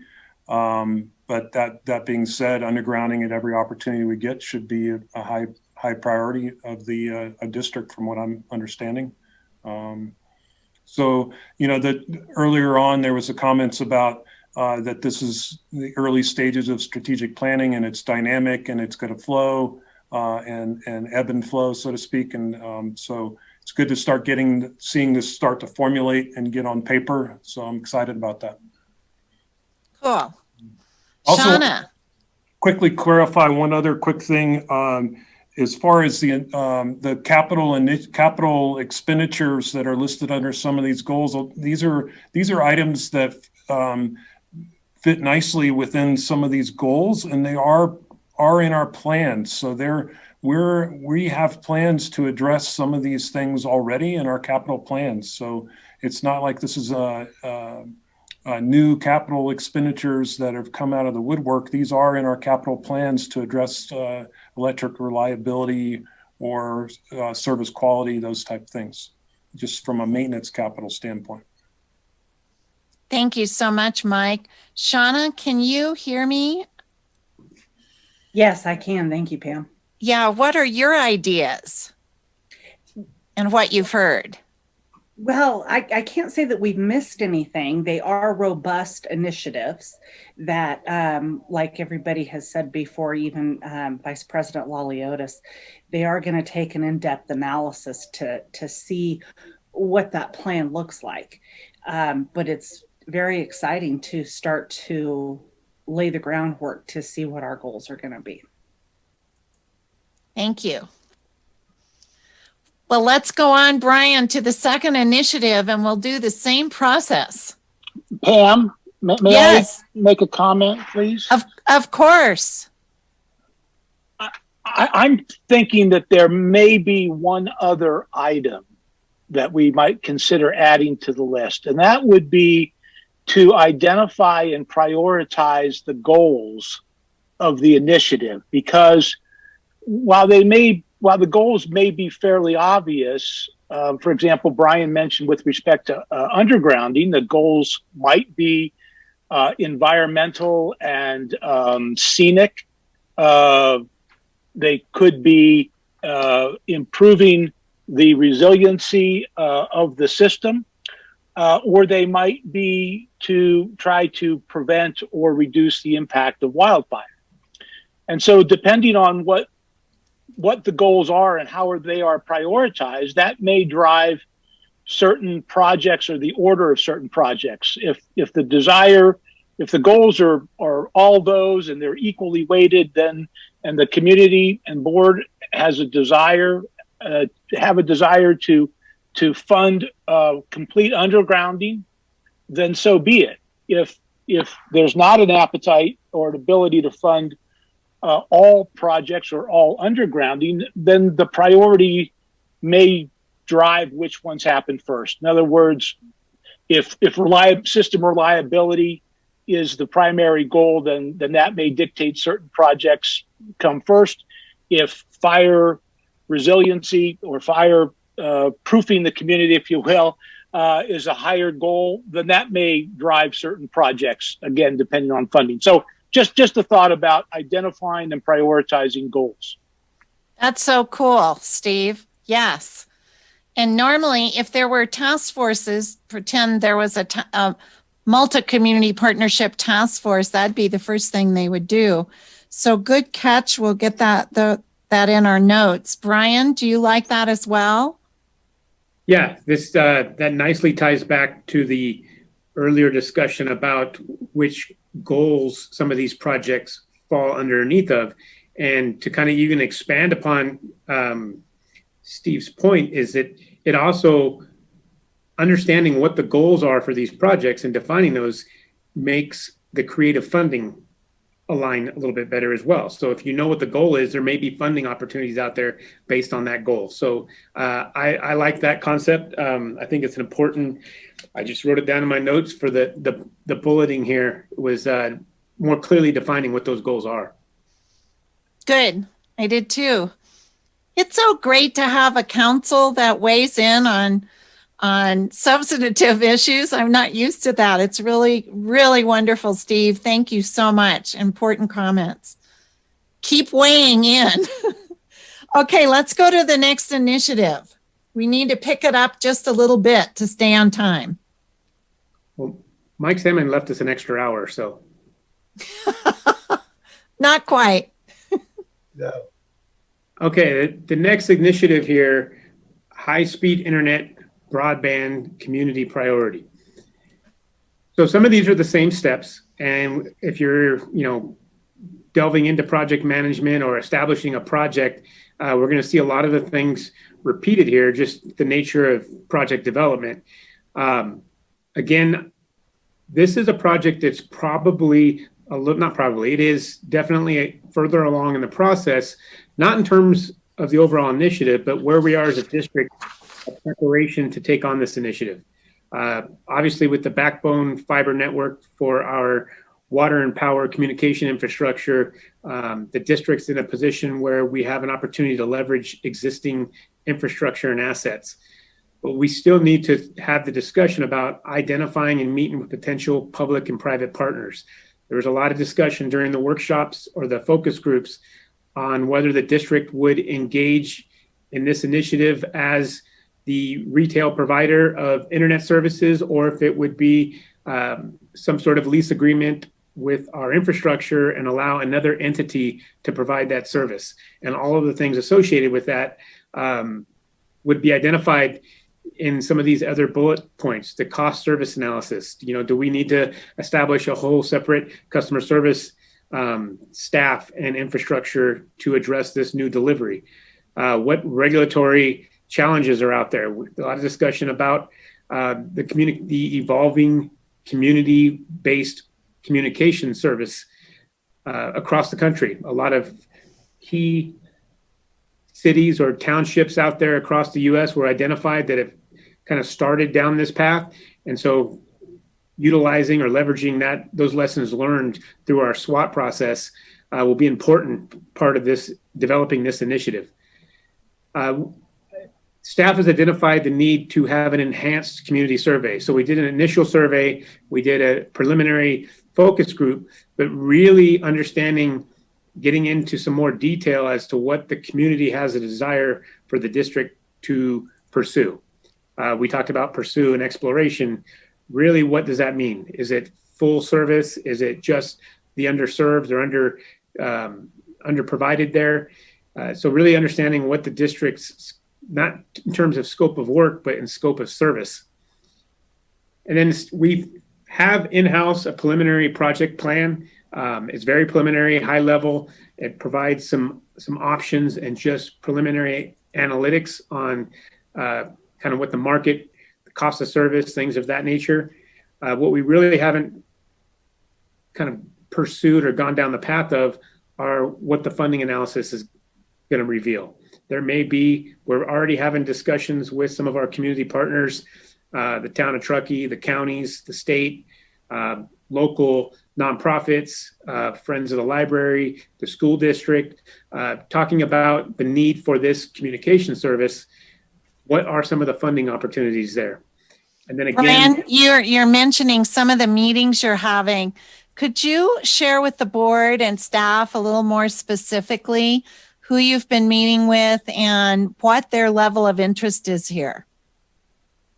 yeah, I would first start off by saying that out of the initiatives we discussed in the public outreach process, the survey and the focus groups, they're all extremely important. They all have, they're great initiatives with great aspirational goals in them. And we're hearing feedback ever since, since that we facilitated the survey and the focus group, we're getting feedback from the community, continuing interest. Where are we with this? I'm interested in participating in this in the future. I know we had these workshops. I'd like to be a part of this moving forward. And so with respect to broadband, as you all are aware of, we already have on a very small level, very micro level pilot in terms of providing service to students that were underserved. That was essentially an LTE, but there are other public agencies out there or community partners that we've identified or have identified us. And the school district was one of the early examples. The library, we have a library project here in town. There's a real potential there. Library information, communication, data, that all those tangible items really marry up well together. And it would be critical part of this process as we do our SWOT analysis and funding analysis is who else is out there that can partner with us. And the library is a perfect example. Town of Truckee, we talked about with undergrounding. There's definitely a need to underground utilities in some of their projects. And so there's already discussions with those, just high level, conceptual, but really getting the ball rolling on these early steps, these early next steps in each of the initiatives. So once we get the strategic plan identified, we've already got communication set and the path moving forward so that we're hitting the ground running with these initiatives and can report back out to the board. Brian, with this broadband, I'm going to keep coming back to this. I think you've been having some really cool meetings, just like you've been talking about. Do you see in the future that you would be able to formulate a task force pretty quickly around broadband? Yeah, I think several of our board of directors this evening and during the focus group process talked about bringing in other subject matter experts. Director Harris talked about the study in 2006, or Jeff talked about some of the other projects out there. Establishing a task force early on in these initiatives can really start to bring in subject matter experts and community partners so we can have the discussion. We may have the opportunity to have these creative funding discussions early on in the process and not, as Mike Salmon presented in his financial analysis, get too far down the path and have to expense a bad idea. When we have task force and community engagement, we can avoid a lot of the bad ideas and really get a task force moving forward with subject matter experts there. We have subject matter experts here in the room with us on our board of directors, and we expand that further out into the community groups. So the discussions are exciting, and there is momentum with each of these initiatives out there in the community. What do you all think about this and what you just heard Brian share with you? I'm just going to let you choose who jumps in.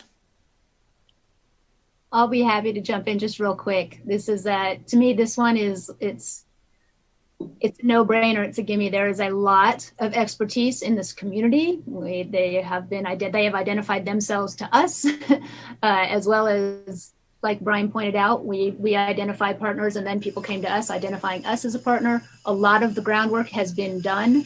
I feel like this one has the potential to be a positive income stream for the PUD. It's a legitimate business and there was a very serious need, and the CPUC is looking at grants for rural areas. The feds are as well. Money is out there to be collected, and I think a task force will be very easy to assemble and to really flesh this out for us. We don't, like you said, we don't have to reinvent the wheel here. We have a lot of expertise in this town that has already stepped up. So I will end my comments there. Thank you, President Finn. Anyone else? Board, staff, comments? I think it all looks good. We need to keep an open mind and keep moving forward. You know, there's not a clear answer that I'm seeing, but that's the whole point of going through the process on what that service looks like within the district, be it like everyone mentioned in the presentation, the wholesale or retail, and just see where that best fits with the district. So we're not wasting money or effort, and it'll be a huge benefit for the community. Any other comments? Director Harris. Oh, go ahead. I've got one. So with this, I know that obviously broadband is IT driven, and I know that we are, I think, in the process of looking for a director of IT right now, and just you know, even just staffing a whole brand new utility with the housing issues up here. You know, it would be ideal to be able to do all this. But, you know, when reality hits you of, you know, how many more additional FTEs is this going to add? And, you know, that I'm looking at staffing levels and the expertise on the inside. I know I talked before about separating out the costs for a separate utility. And I think Mike mentioned last time that as a wholesaler, that's one direction. And then as a retail, that would be another one. But, you know, it's always fun to dream. And I'm glad that you're reaching out with community members and looking into it. So thank you. Any other comments? Yeah, just real quick. I just want to make sure that, you know, we keep our eye on the prize, which is how do we help the community benefit from better high-speed internet service. It doesn't mean that we have to do it ourselves. It doesn't mean that we'd have to do it wholesale only. It could be something in between, but you know, we need to focus on the goal and how to best offer the community what we can within our means and abilities that makes good financial sense while still reaching our goals. Great. Any other comments from other board members or staff? Okay, Brian, let's go on to the next initiative. Real quick, I just wanted to piggyback on what Vice President Laliota said. That's a fantastic point in terms of keeping the eye on the prize of better serving the community. And our initial discussions in some of these with these public agencies and nonprofits, the task force will be greatly utilized in identifying that. What's the overall benefit to the community and who's best positioned to provide that? And so very, very much looking forward to those discussions, in particular on this topic. Let's go on to the next initiative, Brian. Here we go. 100% clean renewable. Notice the 2027's gone, Director Bender. Thanks for the thumbs up. And so with this initiative, we don't have necessarily specific capital projects identified for this initiative. And obviously, we've talked about initiatives not having specifically identified funding sources or funding revenue streams. This initiative is a little bit more unique in terms of purchasing power is already a part of our operational budget for the electric utility. And so the initiative itself is really going to require to start with additional workshops and kind of identifying short and long-term energy portfolio goals. So this is more of a, not a tangible, specific construction or building project, but more of how do we formulate or how do we design our future energy market share or market portfolio in order to accomplish this goal. It's going to take a lot of coordination with public partnerships in terms of energy consumption. We talked earlier about the water utility building an additional water storage tank to allow for more creativity in how we pump and how we use energy. Those are the kind of the public and private partnerships in the community that we're really going to need to identify and build in order to further continue working on our clean renewable portfolio. Obviously, you as a board, the past boards, staff have done an amazing job thus far. This is a project that's has been underway for some time, and we've made as a district huge strides, and the community has as well. This initiative is to continue that. And so working with the public and establishing short and long-term goals is going to be critical to the success of this initiative. And open to comments and discussion. Yeah, comments. President Finn, what are you thinking? I'm thinking a lot about what Brian just said, sort of reiterating that, is that we are already on this path. Joe has been doing a great job of keeping his eyes and ears open for opportunities for us to continue to expand our renewable portfolio. I also see this one as, renewable energy is the least expensive energy on the market right now. It just is. Solar is the cheapest thing out there. But we do have to maintain balance. We have to maintain base load, and we have to, stay diversified. Like I said, we're looking at Texas, and we don't want to get in trouble with it, and batteries are going to play a role. So I think that we're already walking this road. We're being very thoughtful about it. As we think about electrification, we're going to need even more energy. We're going to be buying more, and we want it to be cheap energy. That's how it's the only way this is going to work. So yeah, I think we are already doing a good job. I think we're going to continue to do a good job. We're going to continue to incorporate different, diverse, expanding what renewable looks like in this community. Cool. Director Bender. Yeah, I think everyone's talking about the Texas thing. We want base load that works. So, because everything just shut down. Renewables can be unreliable. We know that. Everyone knew that going into it. When the sun doesn't shine and the wind doesn't blow, you're not generating power. So I like what we've been doing in the past. Our base load has been working very reliably, unlike the state of Texas. And, and we're talking about the biomass. And so I think we're going in the right direction with this. It's great to drop the 2027.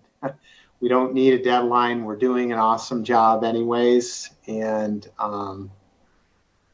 there it is. So keep moving forward, and like to see, it's in the forefront now of the strategic plan to really nail down our goals with this and the initiatives of it, of where we're trying to go. So thank you. Cool. Vice President Laliotis, what are you thinking with this? No, I mean, to me, this is, I think of all the initiatives, this is the one for me that has the most clearest path, because it is something we're already doing. It's something that community embraces. It's something that staff embraces. It's just a matter of finally kind of taking the momentum that staff has generated over the years and putting it into a goal. And learning from what's going on with Texas, and making sure that their vulnerabilities aren't ours, and finding a way to meet our goals, but also being realistic about our goals and being flexible if we feel like, here are our vulnerabilities, and because of that, we don't have really, we have to be careful because we don't have, a lot of people don't have control of those vulnerabilities. So while it's a goal, let's be realistic and flexible to understand that within those goals, there are issues that can come up from time to time that are unexpected or can't be overly planned for, and make sure we bake those in to the goal. Good. It's really good advice. Director Harris.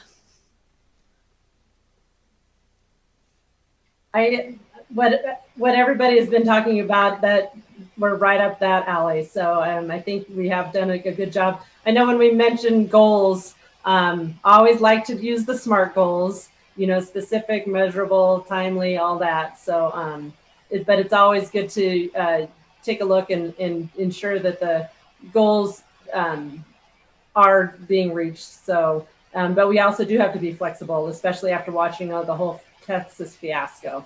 So I think overall the PUD is doing well there. Yeah, great. We've done a lot of work with SMART goals, Director Harris.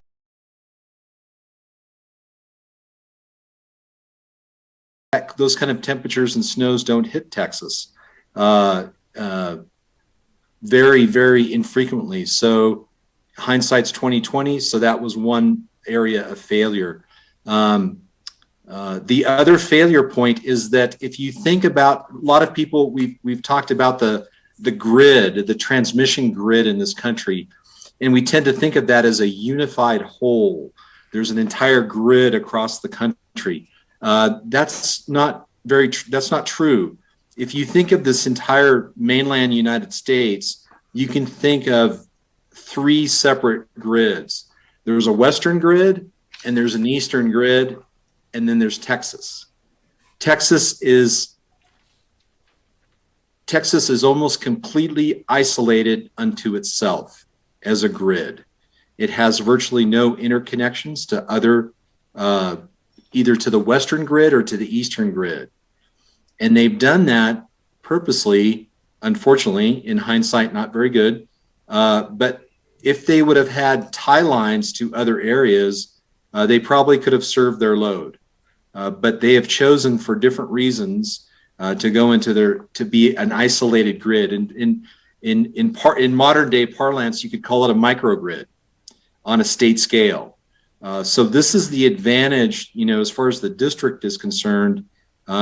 We're part of a larger grid. The grid is a good thing. The transmission grid is a good thing. We have multiple ways for power to come to us. So if you think of Texas keeping those two things in mind, they were not interconnected to the larger grid, and they did not plan for cold weather. Those two things were probably the things that really hurt Texas and what we're seeing currently in the news. So. Thank you, Joe. Okay, unless there are any other comments, Director Aguera, did you have anything else you wanted to say? No, I'm okay. I'm fine. You're okay? Good. Steve Gross has something. Let me move down. Steve, I'm sorry, you're not on my screen, so I couldn't see you. I'm sorry, I'm usually not this vocal. I think maybe one other bullet here would be to identify and just keep in focus the regulatory statutory requirements, because the state has enacted laws and that we must follow. And even though we are ahead of the requirements time-wise, I think just in the big picture, we want to keep those mandates as part of the picture. That's really helpful. Thank you. Okay, let's move on to our last initiative, Brian. Okay, clean local power generation, such as solar, hydro, or biomass. Again, another initiative with a lot of discussion in the focus groups and a lot of discussion outside of the focus groups on really what does this look like for the community, our region, for all the reasons we've discussed, the climatic reasons, the geography, and then the one that wasn't really discussed in detail during the focus groups that would need to be discussed in terms of is the impact on our local infrastructure and what investments in our local distribution systems would be required to incorporate these other generation sources. So again, really engaging with the community to identify what the actual project is, what the scope of work would be, but also identify and evaluate what opportunities are out there. Is solar, rooftop, community-wide solar an opportunity here? Is small hydro, kind of outside the box thinking, are there opportunities locally here for that? And then what does biomass mean in terms of total project plan, its relationship with vegetation management, the region, other local agencies? There's a lot of discussion here that really needs to be undertaken before the district can really start to talk about a larger project plan. Again, identifying public-private partnerships, additional public workshops to see what the community is really looking to engage in. And only at that point could we really get into preliminary project plans. And taking into note what Council Gross just said, regulatory evaluation is obviously something we need to continue to keep an eye on, and then the environmental impacts as well. So I can open this discussion for board and staff on what needs to be put in there in terms of next steps. Ideas? Anybody have any ideas for what we're missing? Any gaps? Your thoughts? President Finn? Oh, go ahead, Krista. Well, on this one, I think that the public-private partnership really needs to be elevated. Like I know I'm a big driver behind the local generation, but I never envisioned the PUD doing it. Like, I don't think we're not gonna build a plant. We're not gonna run a plant. We're not gonna really have anything to do with that end of it. That is somebody else's business plan. The PUD would just buy the energy. So like, it's not really, and even that, that commitment to buy energy, that of course is going to depend on how expensive the energy is, that all of those things. But I think it's really it's a matter of sort of drumming up local interest in it to take it and do it, not for us to do it. Because it is a very big project. There's a lot of regulation. There's, biomass is getting a lot more attention from the state than it has in very recent years. People are understanding the role it's playing in our fire danger situation. People are really thinking hard about how to make biomass a financial success. And that is private industry's job. Our job is to say, hey, if you can get us that power at 9 cents a kilowatt hour, then we'll take it.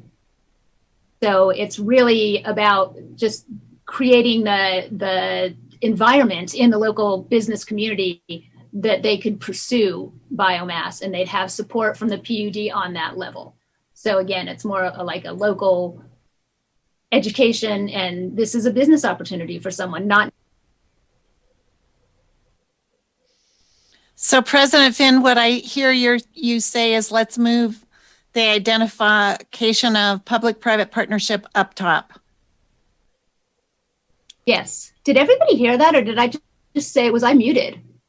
No, you were not muted until the very, very end. Okay, sorry. Director Bender, I think you were ready to say something. I agree with Krista bringing that up to the top. I like that idea. And Brian already mentioned and Steve previously, the regulations. That's we got to keep that in mind. Maintaining that and operating a rooftop solar. They need maintenance. They break. The snow breaks things, and time does, and weather. So not operating that and running that is, I like that idea. So Yeah, I think we're in the right direction, and adding the regulatory analysis or part of the bullet points is great and looking good. Thank you.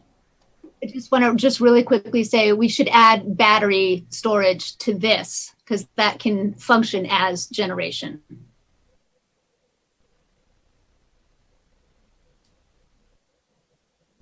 Add battery storage, Brian, to that list. Got it.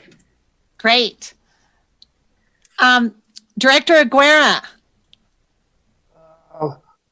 I missed the first part of Krista's comments, and did she say that we wouldn't run the biomass plant, that somebody else would, and we would buy the power?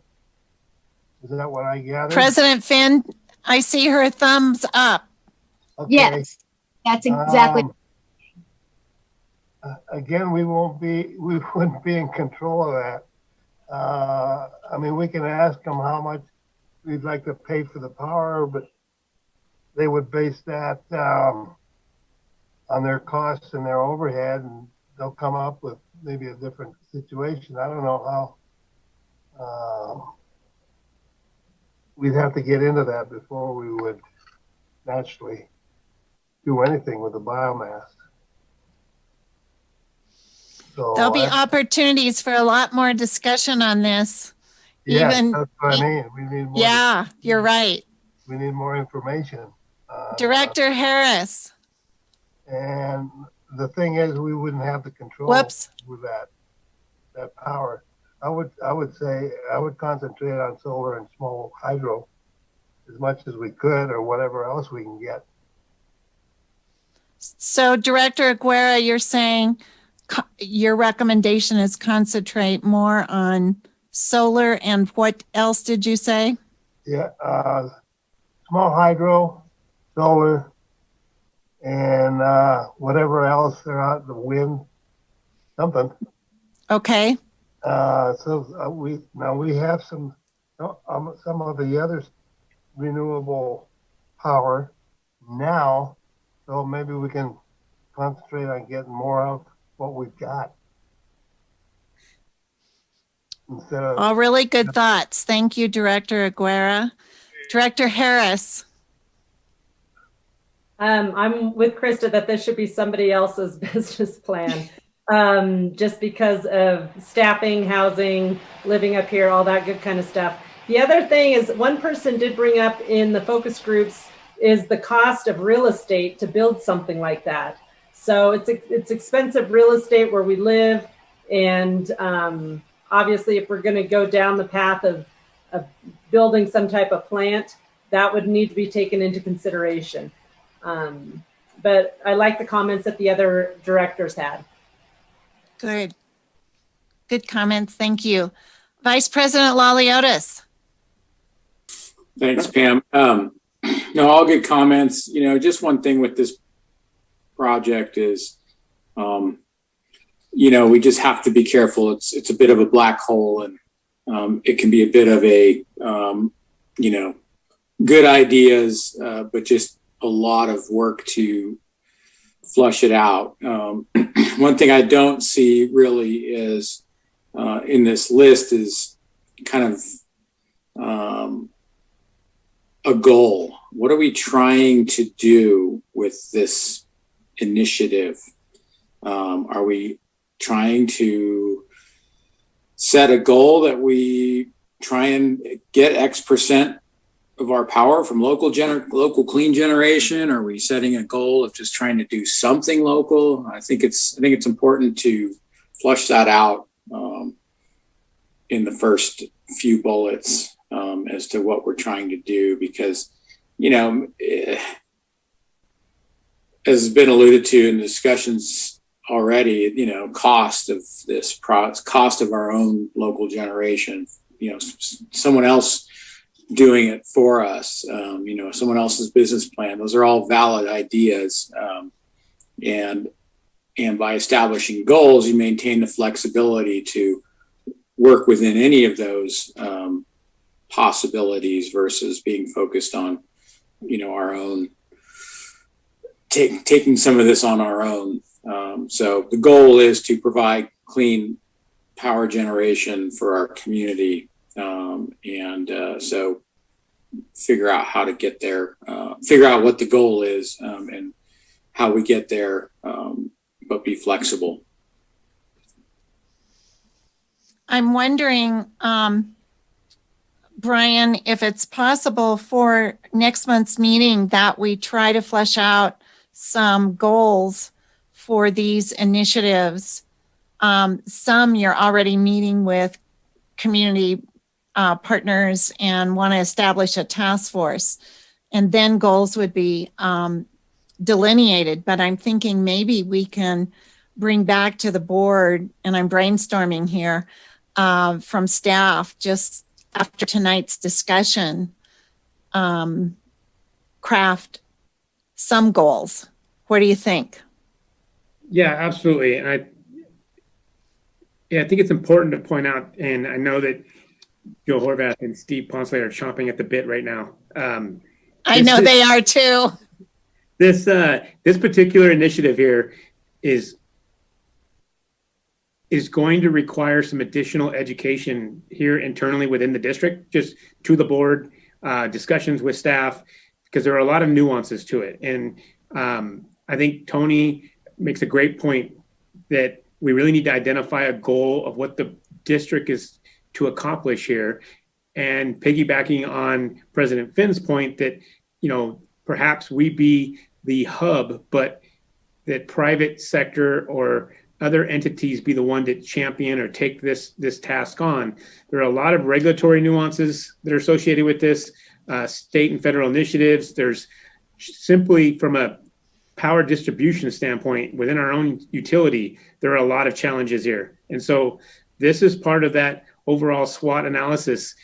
Simply putting in, a solar array somewhere that isn't kind of a net zero expense for us. There's internal costs there for us to be able to distribute that power and account for it. So out of all the initiatives, I think this one is going to require a lot more workshop and education, and just brainstorming, as you pointed out, Pam. There are a lot more. The other thing I was thinking about is staff for the board. Staff did incredibly rich benchmarking, and we just shared a little bit of it with you. And especially for this initiative, Brian, I think it would be helpful, when you plan a workshop for this, follow up that benchmarking the board hears in more detail. Yeah, I think. But let's go on to the last while we can still get our cash cow in. Okay, just real quick, I will. For staff, will bring back to the next workshop some more definitive goals, and then we will be. We'll have further discussion on setting some additional workshops on this particular initiative. Great. Okay, we're going to end with a really cool model, you guys. So this is how you can take and apply any project you're working on, even in your own home with kids. This is a brilliant model that I want to tell you a little story about. And Brian, just bring the model up. This history of this model is so rich. The cash cow model is owned really and designed by a gentleman whose name is Bruce Henderson, who is no longer alive. But we strategic consultants across the United States look at him as just this Disney of our whole profession. He actually founded the Boston Consulting Group in 1970 when he was 37. And he had this magical personality, you guys. And he had a way of looking at anything complex and just articulating how to take it through a process simply. And if you think about that, it's really an art and a science. And so he was frustrated with how business units chose to really analyze their product lines to increase revenue. But more than that, he was really excited about customer delight. And he and Walt Disney were really good friends. And customer delight, Disney had that and still does, nailed.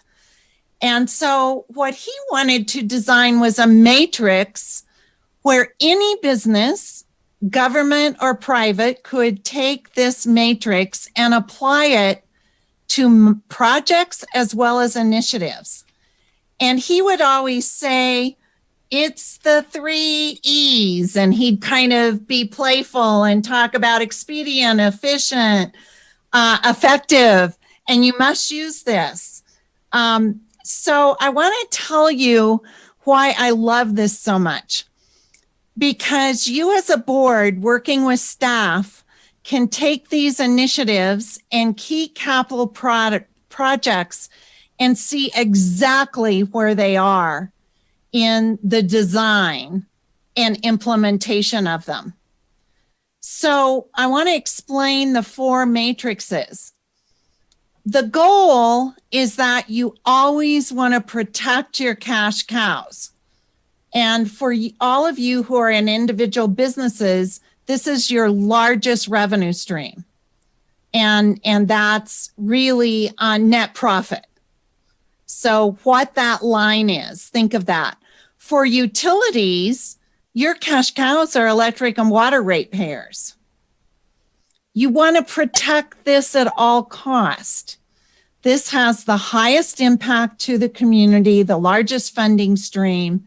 And so the processes and mature systems that you have, you want to make sure you maintain those. That's pretty obvious. Now, the way the matrix works is you always want to build your cash cows. So let me give you another client. Nike's cash cow is Air Jordan. It will always be Air Jordan. It always has been Air Jordan. I hope it is forever. I didn't expect it to be. Their net margin is 48% on Air Jordan. Unbelievable. They are constantly reinventing their cash cow. Now let's talk about city government. What is the cash cow for most city governments? Tony, you're muted, but I know you know the answer. Yeah, it's taxes. Exactly. And that's near and dear to their hearts. Now, you always want to have in the pipeline in the PUD bright ideas. You can run customer service ideas through the cash cow model.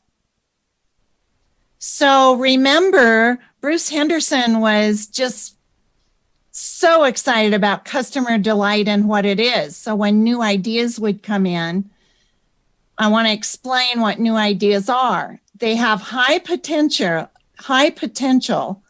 and in the utility, they have low impact and low economic value, but they're a bright idea.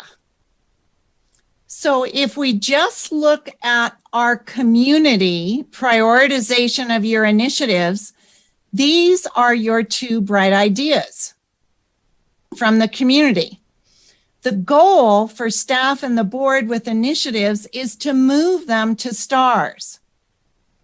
So this is everything you talked about, from business plans, project plans, getting task forces, adding more information that you want to see. So it has rising impact.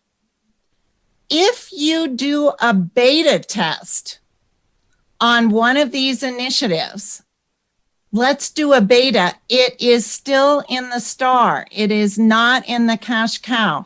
The only time a project moves to a cash cow is when it's supporting itself. That's the only time. And so in the star, you want to strategize, how do you move it? And the high-speed broadband, once the task force meets, you begin, really talking about all the details in a business plan, it might move over halfway between the star and the light bulb. Now, sometimes these bright ideas don't work. It doesn't even move to a star, and then what you must do is move them to the doggy. The doggy has to find new homes. It doesn't mean you won't bring it back. Some projects that are cash cows, or let's say processes in business that need to be reinvented, are listed under dogs. So in the high-tech field, there are these doggy things constantly that need to be reinvented and moved to stars. So Brian, make it really simple as to why we would have 100% clean renewable and clean power generation solar under the star.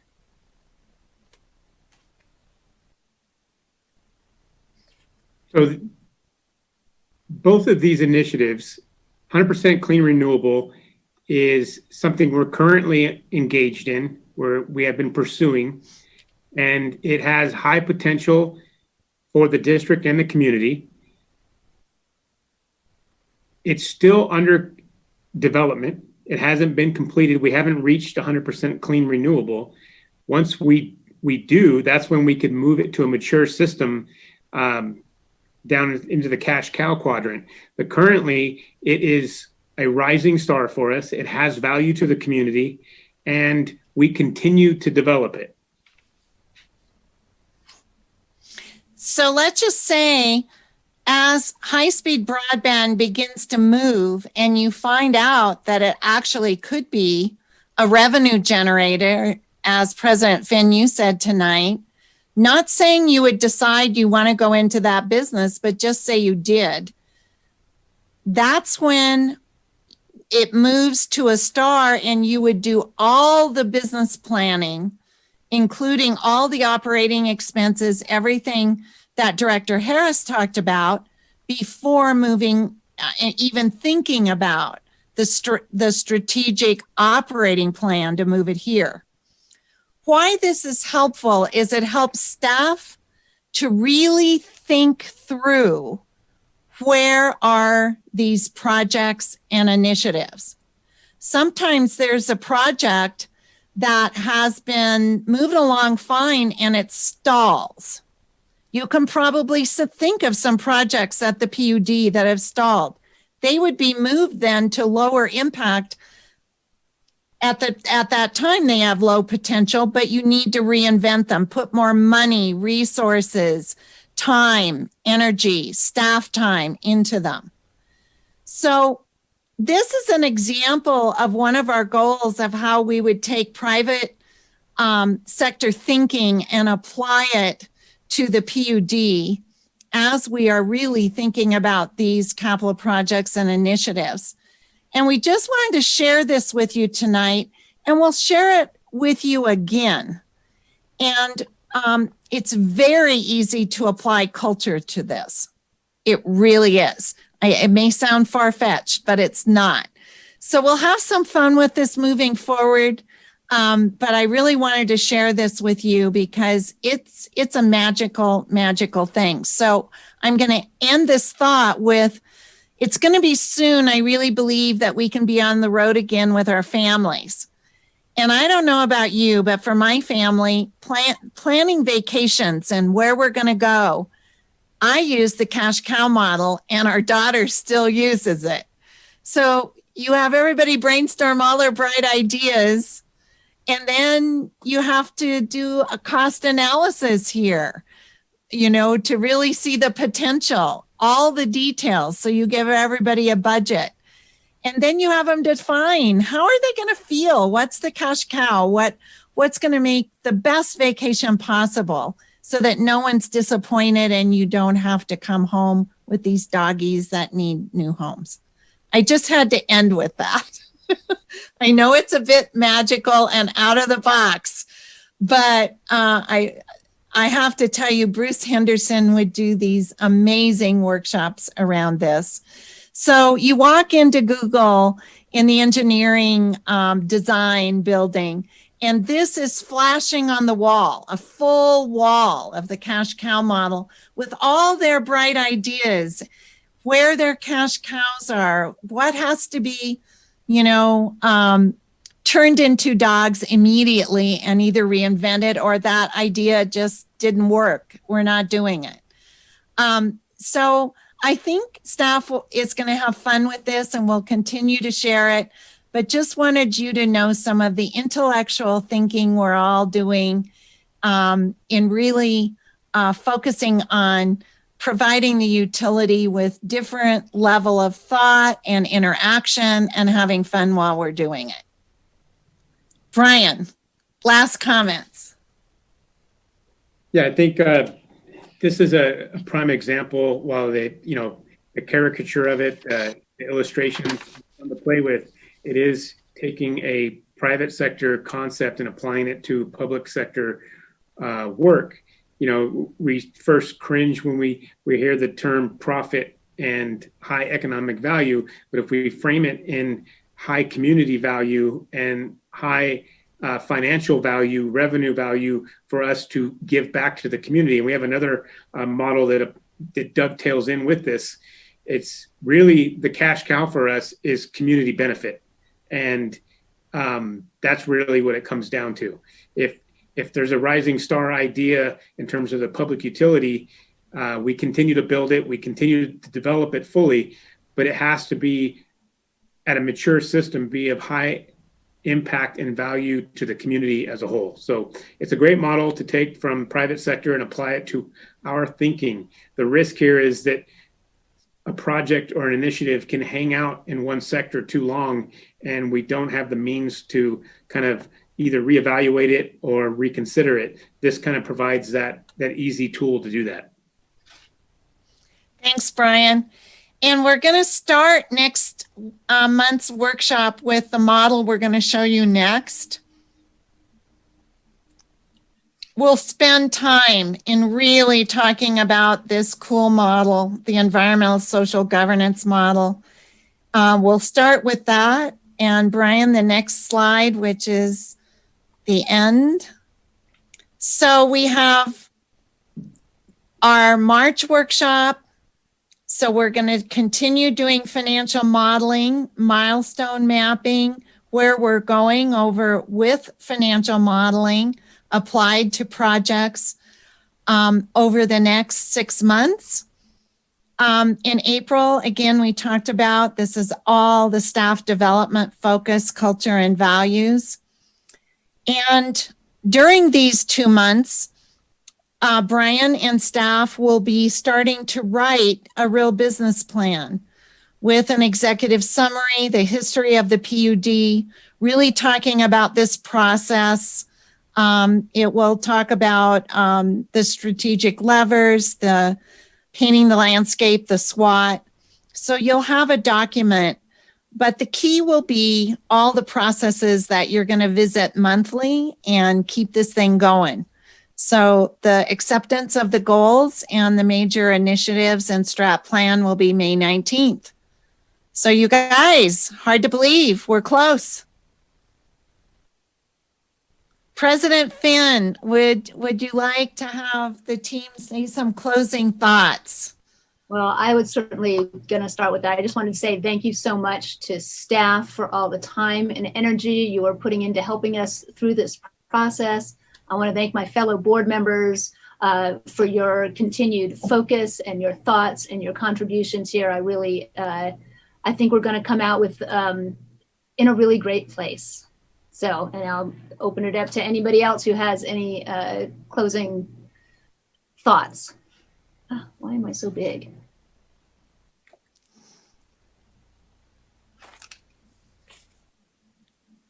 Sure. No, I want to thank staff for another great presentation. You never know what to expect when you come to these strategic planning sessions, and success is based on information eliciting thought and discussions and ideas and concepts. So I think it was successful in that regard.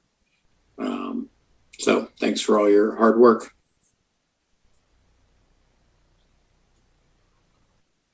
Shut myself down. Well, would anybody else? I see. I'll pipe in next. Yeah, thank you guys. This has definitely been a very thorough process and has taken a lot of time and everything. It looks like our goals, the timeline has extended out. I'm looking at, I finally got a chance to kind of review some of the older slides that you had. And April was when we were supposed to actually adopt the strategic goals, but it sounds like we're adding business plans now into it. And I'm sorry. Go ahead. No, you go ahead. Please clarify. No, yeah. Well, we missed November. Mm-hmm. So that's what happened. And so we just extended the workshop that would have been in November out. Okay. So nothing else has been added from the original plan. Okay, thanks for the clarification on that. You bet. But then one thing that I haven't really quite seen is in the cash cow process and the model kind of brought this up is, when do you finally pull the plug and say enough is enough? You know, we've analyzed it, we've looked at it, we're definitely going to set the goals, or we're not going to set the goals. Like, is there also like an exit plan if we decide not to and just put it into the dog section, or just, I'm just curious about that. So, but thank you. I know these nights get late and I know it's a lot of time and effort, and I appreciate everybody's time. So thank you. You're welcome.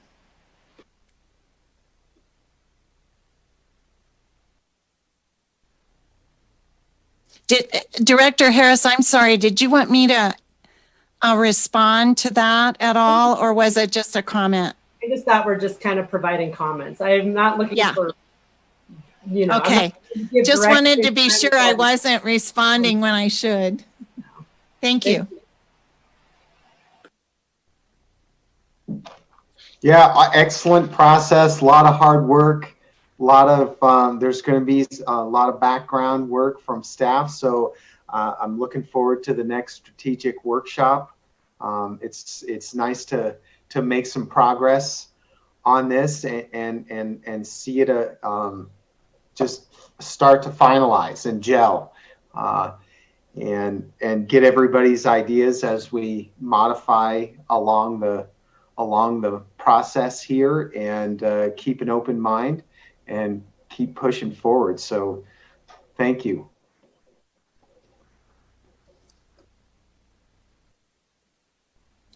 Just thanks to everybody. I think, Brian, unless you have any closing comments, just want to thank you for keeping your mental energy focused. You guys did great. Loved all the comments. Thank you.